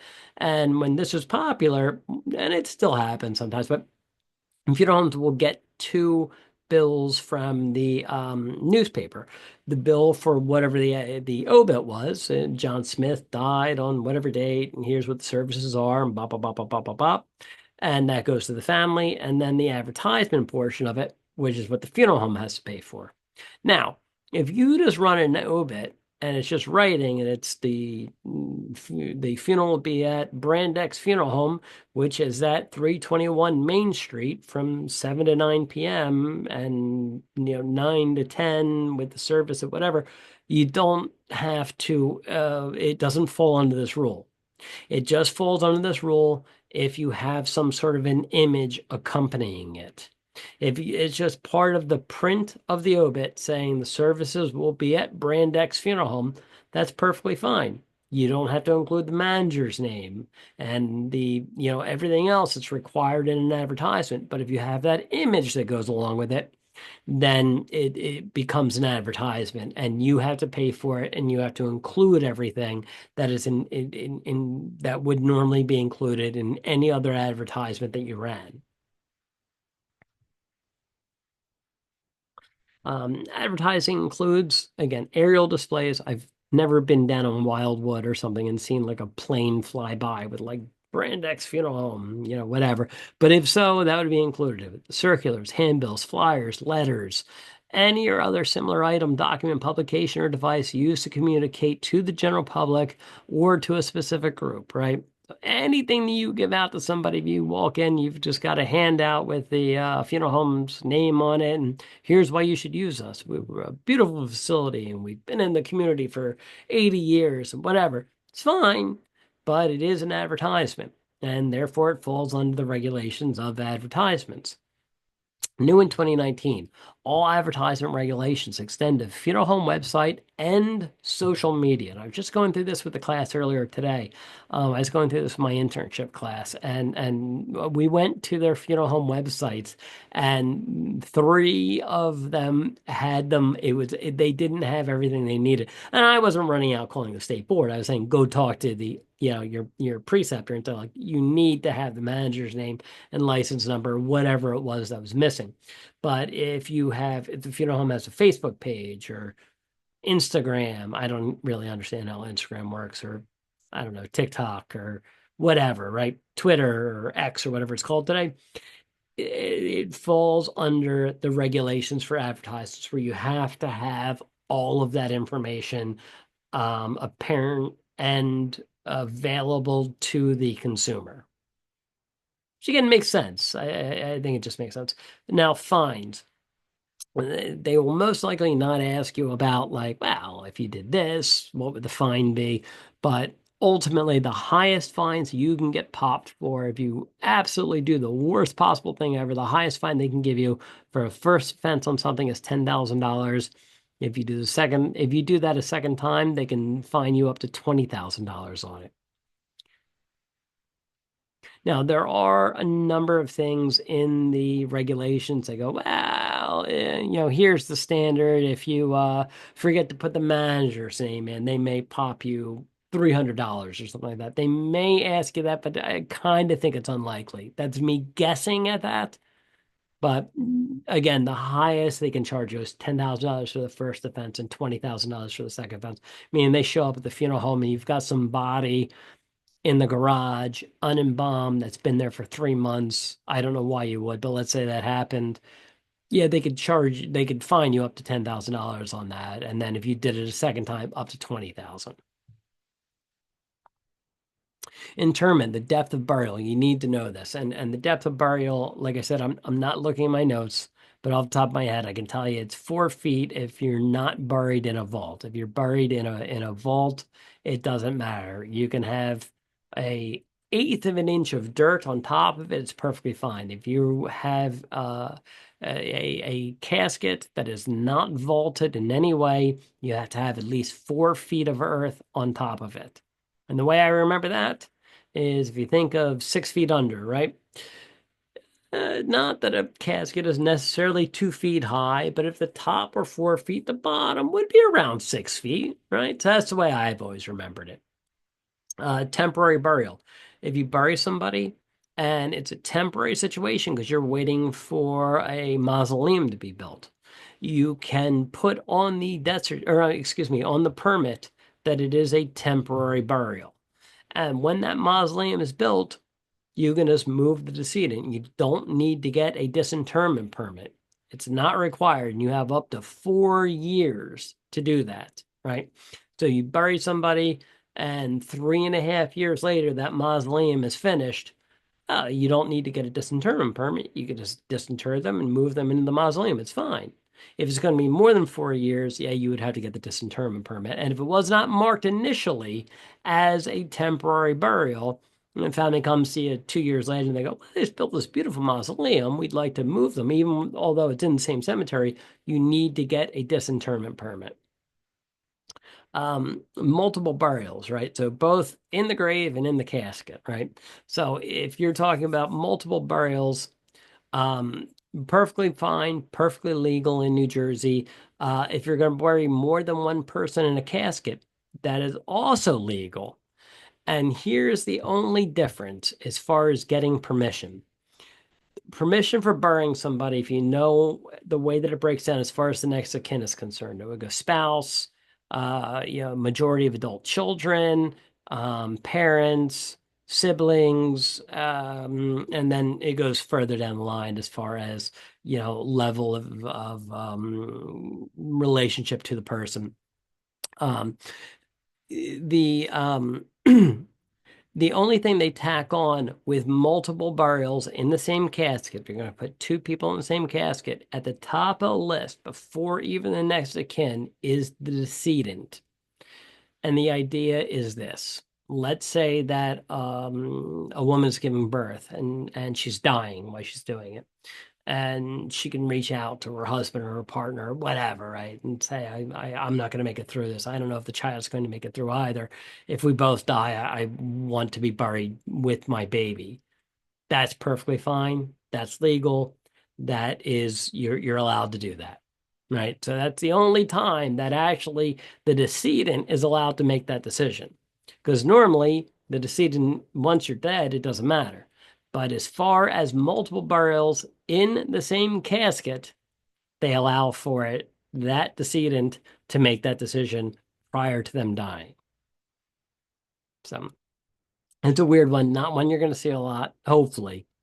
I had a student tell me years ago that he had a terrible, sad story. A married couple, they bought a nice house. They were in painting it. They hadn't even moved in yet. Somebody broke in, shot them, stole their car, and then by the time they found the person, they were an addict of some sort. They had overdosed on fentanyl or something.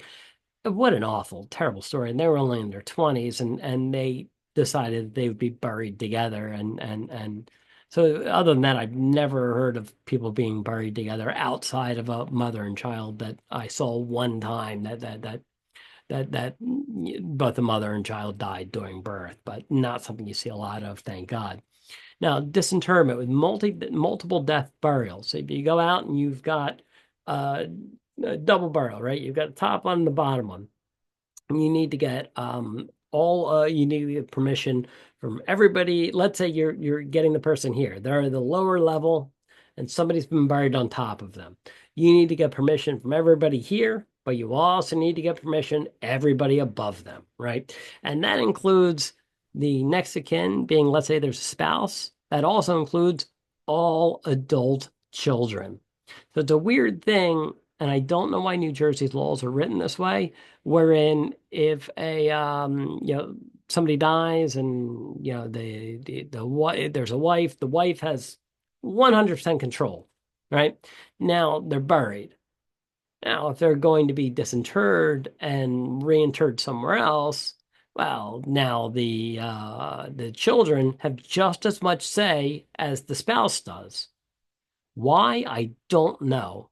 I have never heard a good reason for this. I don't know what the rationale is on this, but you need to get the permission, you need to get the authorization from the next of kin, let's say a spouse, plus all adult children. It's a weird one. All right, cremation. So, crematory, you need the presence of a license, a record keeping. Again, this is laid out in the regulation. What does a crematory need to keep, right? And that's like the name of the funeral home, date of the cremation, who the next of kin is, the disposition of cremated remains, and that could be anything from we gave them back to the funeral home, or we gave them back to the family, or the family asked us to take them out in a boat and scatter them in sea, or take them up in a plane and scatter them out into the sky, or whatever the decision is. They have to have record of that. And that's all laid out in the regulation. And again, that's something to look up. I'm not going to go through every little thing in there because we just don't have the time for it. But look that up. That is something that could very well pop up. I'm not saying you're definitely going to see that, but now, excuse me, unclaimed cremated remains. Outside of 1 year, you are allowed to dispose of unclaimed cremated remains. However, you have to do your due diligence in attempting to contact whoever the next of kin is. And most times it's done by sending a certified letter saying, if you don't come and get the ashes by this date, we will, do X, Y, and Z with them. And you have to do something respectful with them. You can't go, wow, your family thought you were trash. I'm just going to toss you in the trash too. That'd be an awful thing to do. If you took them and had them buried, or if you scattered them, if you did something proper and respectful, that's perfectly fine. But you have to put in your due diligence to notify the family and let them know and give them every opportunity to come and get them. Right? Statement of funeral goods and services. And again, this is really stuff you're probably not going to see. These are changes that came about in 2019. Statement at the top, the statement is subject to change by agreement of both parties, meaning that you write up a statement of funeral goods and services, they come in the next day and they go, we changed our mind. That's fine. You can both sign off on it. You don't necessarily need to write up a whole new one. You can just make the changes on it, and you can initial it, and the family can initial it, and it's fine. Now, I think it's better to just write up a new one, but by the letter of the law, you can just initial it, and you're fine. The check boxes for sex have been removed because sex and gender and stuff have gotten complicated over the last 15 or 20 years, right? It used to just be male or female, and right, there's a little bit more of that. So just leave it open-ended now. Somebody is non-binary or something, you can write that in there, and that's fine.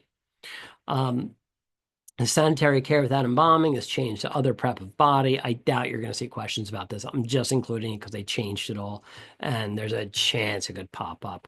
Use of facilities and staff for viewing has been changed to a visitation. From the viewing to visitation. Added use of equipment and staff for graveside in line, including accompanying of remains to a place of final disposition. So they've just changed it. They've added use of equipment and staff for a graveside, right? Which again makes sense. It's just a little more elaborative. Receiving or supporting remains are on different lines. Uses to be one line, you would pick one or the other. Again, not something you see a lot of. An optional package service section. If an optional package service is selected, categories 1 through 3 are not applicable. And this is now in the statement of funeral goods and services. If you select an optional package, see general price list for a list of included services. And the first question everybody asked was, does this mean that if we do a memorial service, can we just tack that on to our charge for direct cremation? No, you cannot. You can only charge for a direct cremation if you're just doing a direct cremation. And the family comes in and says, we want that cremated and we want to do a memorial service. You had to write everything up as if it was a full service, basic services of funeral director and staff, removal, sanitary care, if that's the case, storage of remains, if that's the case, whatever is involved in that use of the funeral home and staff or memorial service, right? You can't just write it up as direct cremation plus memorial service. You're not allowed to do that under any circumstances. A lot of funeral homes do it. I've been guilty of it myself, but you're not supposed to do that. Again, other wording changes. Clergy was changed to church or officiant or place of worship. Newspaper notice was changed to obituary charge. Pallbearers were removed. You could write them in if need be.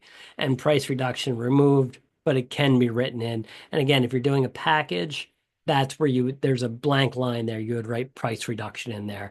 And if somebody did a package and it's saving them $800, you have to write up everything as it normally would be, and then price reduction $800 to give them the total at the end. Miscellaneous, where do you file the death certificate? And remember, they can be filed in 3 municipalities: the municipality of the funeral home, the municipality of death, or the municipality of disposition.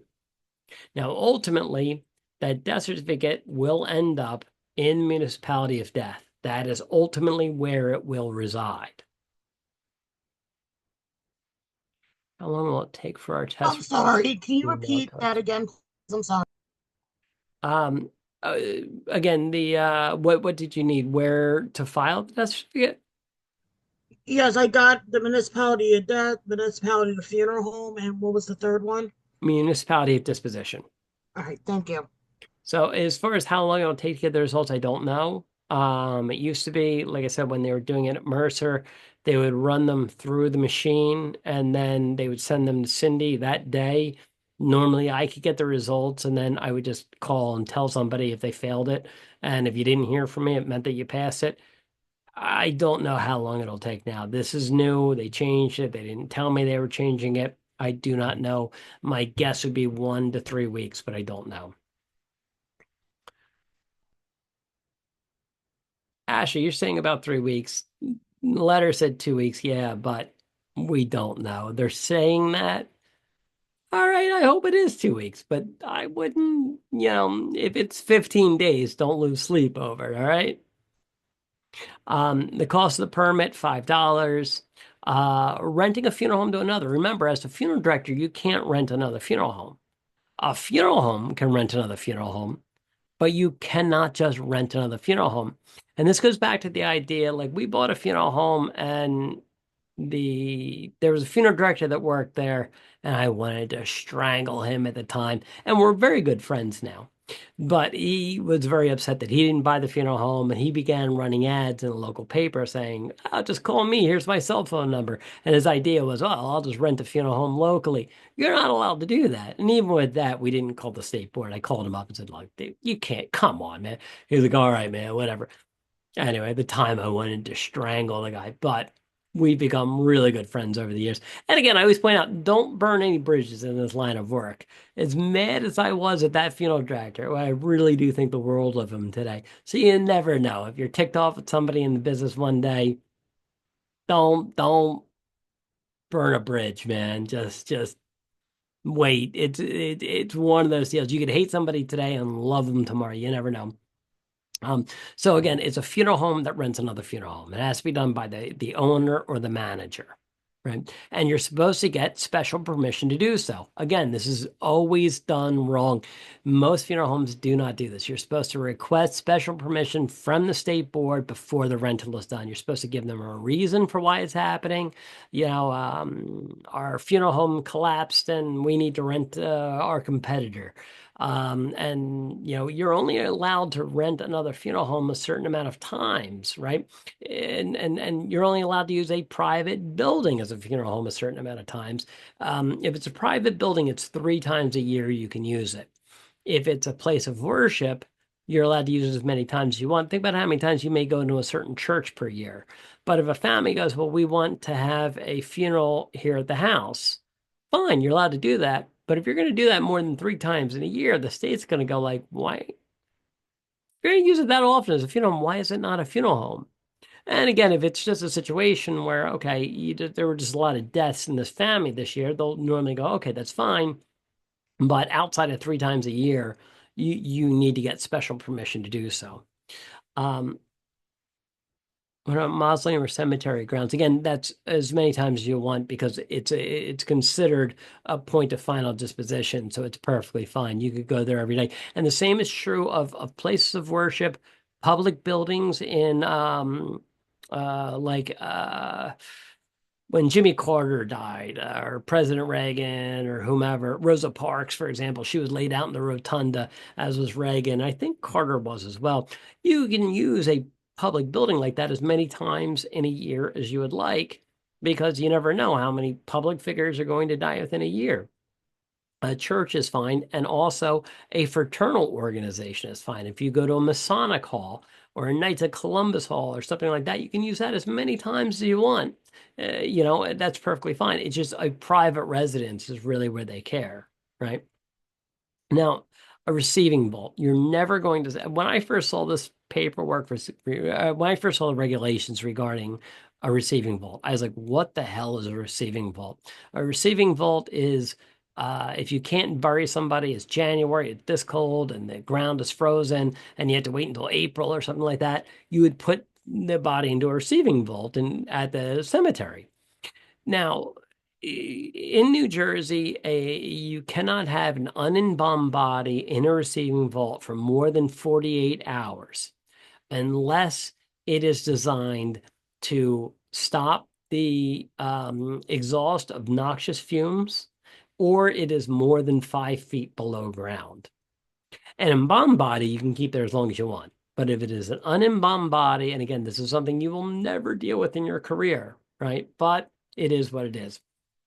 It has to be designed in a way that prevents the escape of noxious fumes so that you don't have the awful smells coming out, or it has to be more than 5 feet below ground. This is one of the stupidest things the state board ever did. Every funeral home has to have access to clear, white, or flesh-colored adhesive tape. And what this goes back to is somebody went into a funeral and there's plastics on the body. And so they put duct tape around the edge of it. And somebody looked down the sleeve and saw the duct tape. They filed a complaint with the state board. And the state board said, okay, you can't do that anymore. You need to have clear, white, or flesh-colored tape. And everybody said, okay, what the hell is flesh-colored? And I go, I don't know. Like, well, what are we supposed? They said every community can decide for themselves what flesh-colored is. Again, it's just a stupid regulation that they passed. It was a knee-jerk thing. I think it was a bad call on their part, but one of those odd, dumb things that could pop up. Welfare versus Medicaid. Like I said before, it's a welfare funeral. We call it Medicaid to make it sound nice. And the amounts, you need to know the amounts. I know that they upped them. It used to be 1570. I know they upped it. I forget what the new amounts are. And like I said, I have all these when I teach it in class. I have them all in my notes. I can just read them off as if I have them in my mind. I'm always cheating. I'm always reading them off of that. But you have to know what they are. And there's a difference between a stillborn as well as somebody who is born and lives for 1 minute up to 2 weeks, or excuse me, 1 minute up to 2 years, and then 2 years or older. It changes on the amount that they will give you, the amount that is given for the cemetery, and the amount that the family can contribute. And the PA 11 versus WFNJ 11, we talked about that earlier. And where is the claim submitted? It's submitted at a county level. And I always remember this because Camden County is so difficult to deal with. Burlington County is a piece of cake, man. And I was talking to a student today who said Gloucester County was difficult. I always had an easy time with Gloucester County, but I don't know. Maybe that's just me. Maybe things have changed. Emergency burial permit. This is something you won't see a lot of anymore, but back when you could not just print one from EDRS, if you needed a burial permit because of a long holiday weekend, and let's say you're dealing with a Jewish or a Muslim funeral and you had to get somebody buried on Sunday, but none of the offices are open until Monday, you could go to a judge and they could issue you an emergency burial permit. Doesn't really matter anymore after EDRS. if there's no person in charge of the cemetery, if it's one of these little tiny cemeteries, like a municipal cemetery that somebody hasn't been buried in since 1958, the funeral home is in charge of it, right? Now, communicable diseases, the list of them and reporting. I have a list of them later on in there. You are supposed to report that within 12 hours to the Department of Health. If you have somebody with plague or yellow fever, something along those lines, you're supposed to report it within 12 hours to the Department of Health. In reality, if you call the Department of Health, I don't think they would know what to do, but according to the letter of the law, that's what you're supposed to do. Now, reporting veterans' death, this is a weird one as well. If you have somebody that's outside of the state, dies outside of New Jersey, and they're a veteran, and you are going to a cemetery that nobody's in charge of, that's the scenario. In that scenario, a very unlikely scenario, the funeral home is in charge of contacting the head of the VA at a county level and notifying them of the death and the place of burial. The idea being that on Flag Day and Veterans Day and Memorial Day, a lot of times VA groups will go out and they'll put flags on the graves of our veterans, right? They need to know where they are. That's what the idea is. Normally, if somebody's in charge of the cemetery, they would notify the county and let them know. But if nobody's in charge of the cemetery and the death happened outside the state, because again, if it happened inside the state, when you file the death certificate, the state should be notified. But if it happens outside the state and you're burying in a cemetery where nobody's in charge, it falls to the funeral director to notify the county VA about the death and the place of burial.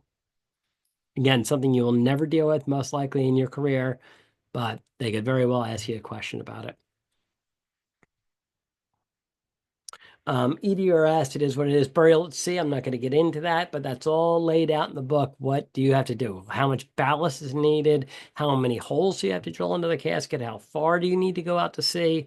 What are the specifics with it?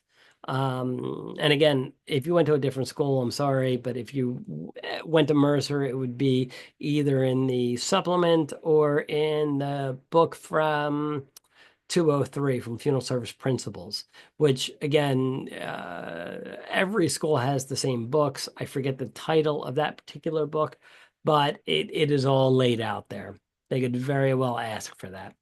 Signatures on a death certificate and disinterment permit. Remember the death certificate, there's 4 signatures, 3 or 4.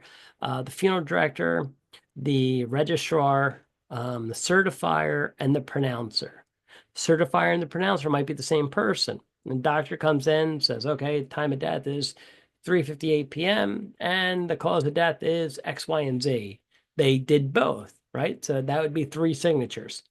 The death happens, and it's a nurse that walks in. So the time of death is 3:58 p.m.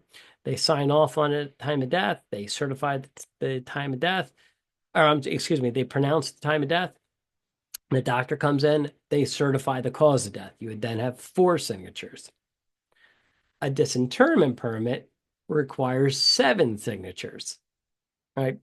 Now, I doubt they'll ask you for all 7 on this one, but it's like the funeral director, the registrar in the municipality in which the disinterment is being done, the registrar in the municipality in which the burial is being done, the new burial is being done, the reburial, if you will, the owner of the grave, the next of kin, the cemetery in which you're disinterring, and the cemetery that is receiving, right? So there's 7 that is required for the disinterment permit. How many on the statement of funeral goods and services? Again, it's the funeral director and whoever is paying for it. It doesn't have to be the next of kin, right? You can just have somebody else go, oh, I'll pay for everything. It's fine, whatever. That's perfectly fine. FTC disclosure, disclaimer, you don't need any signatures on them because they're not required. They're a good thing to have. They're good CYA, it cover your rear, right? But it's not required. Uniform Anatomical Gift Act. And what this says is that if you donate a body to a medical school, you're not just donating it, you are bequeathing the remains to it. It's different than with a funeral home. Like we have an anatomical donor program at Mercer, and if a family called up and said, we want the family back, we could say, no, we're not giving it back to you. And they say, what? and you bequeath the body to us, we have all legal control over it. I would never do that. It just wouldn't be the proper thing to do.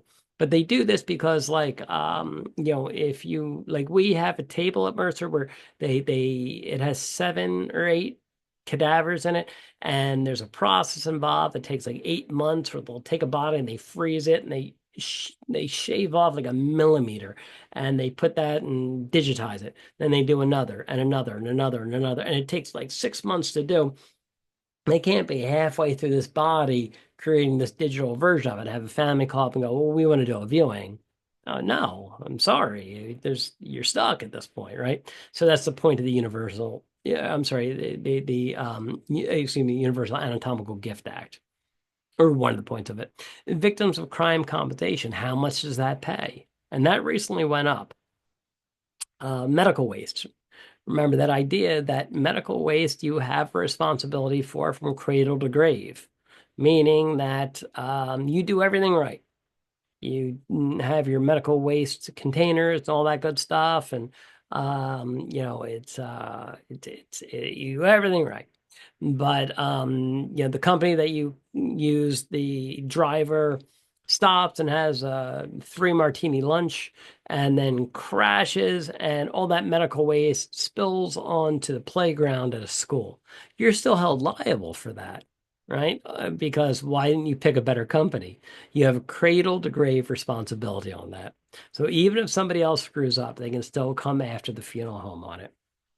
And Will's terminology, there's too much there for me to get into in this, but go back and review it.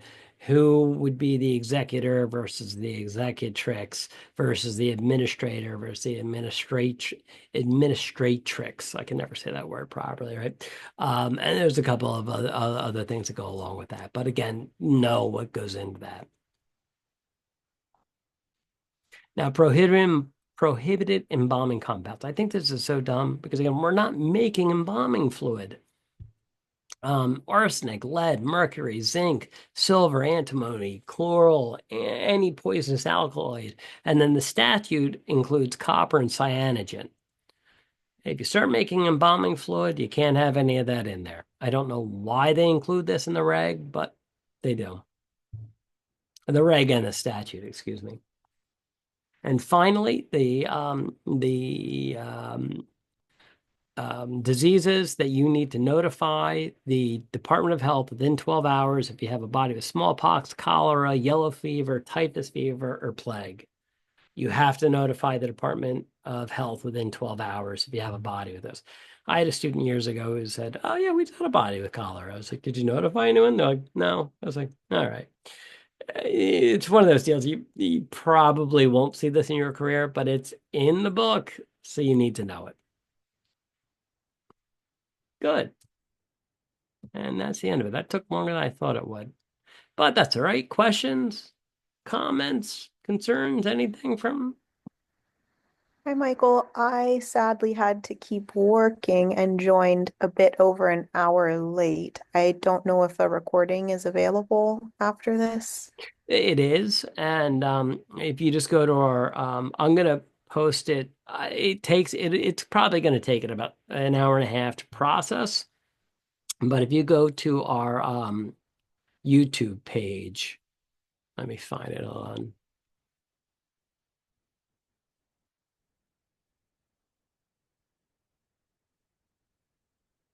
Which is MCCC Funeral Service Program.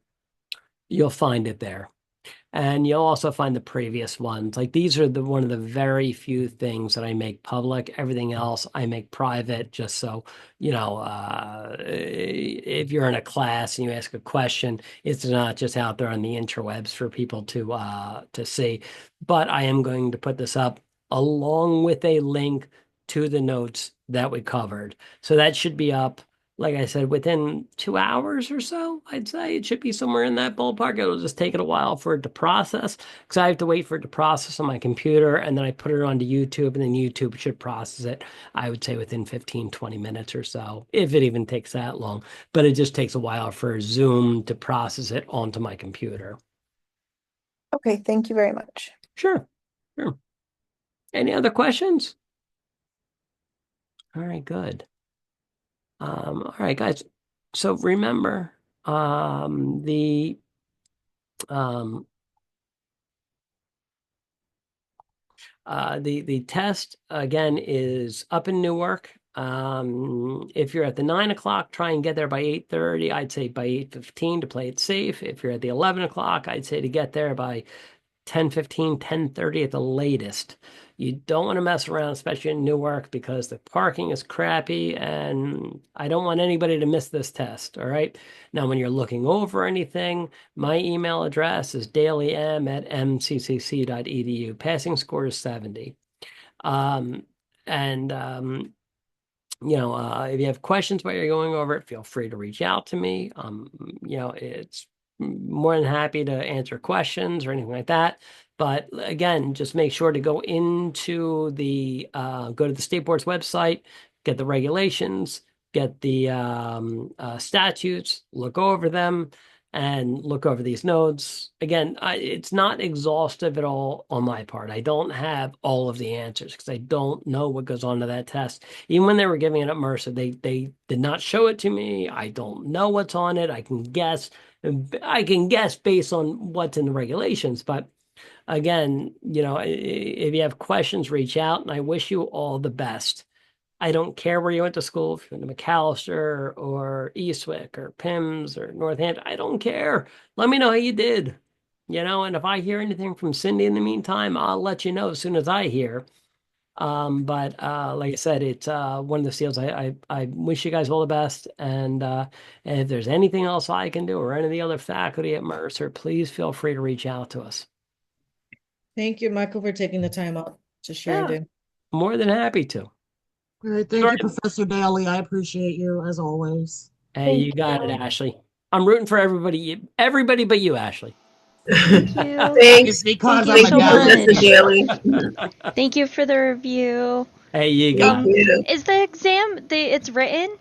Yeah, it is. Yeah, Okay. it's multiple choice. Sweet. Yeah. All right. Alrighty. Thank you. All right. Have a great night, Break a leg, Professor. Thank everybody. you. You Good guys do. luck. Everyone, good luck with it. And like I said, anything Good we luck, can do in the guys. meantime, reach out to us, okay? I'd rather you reach out than sit around wondering about something, okay? Yes. All right. Take care, all. Have a good one. Bye-bye. Take care.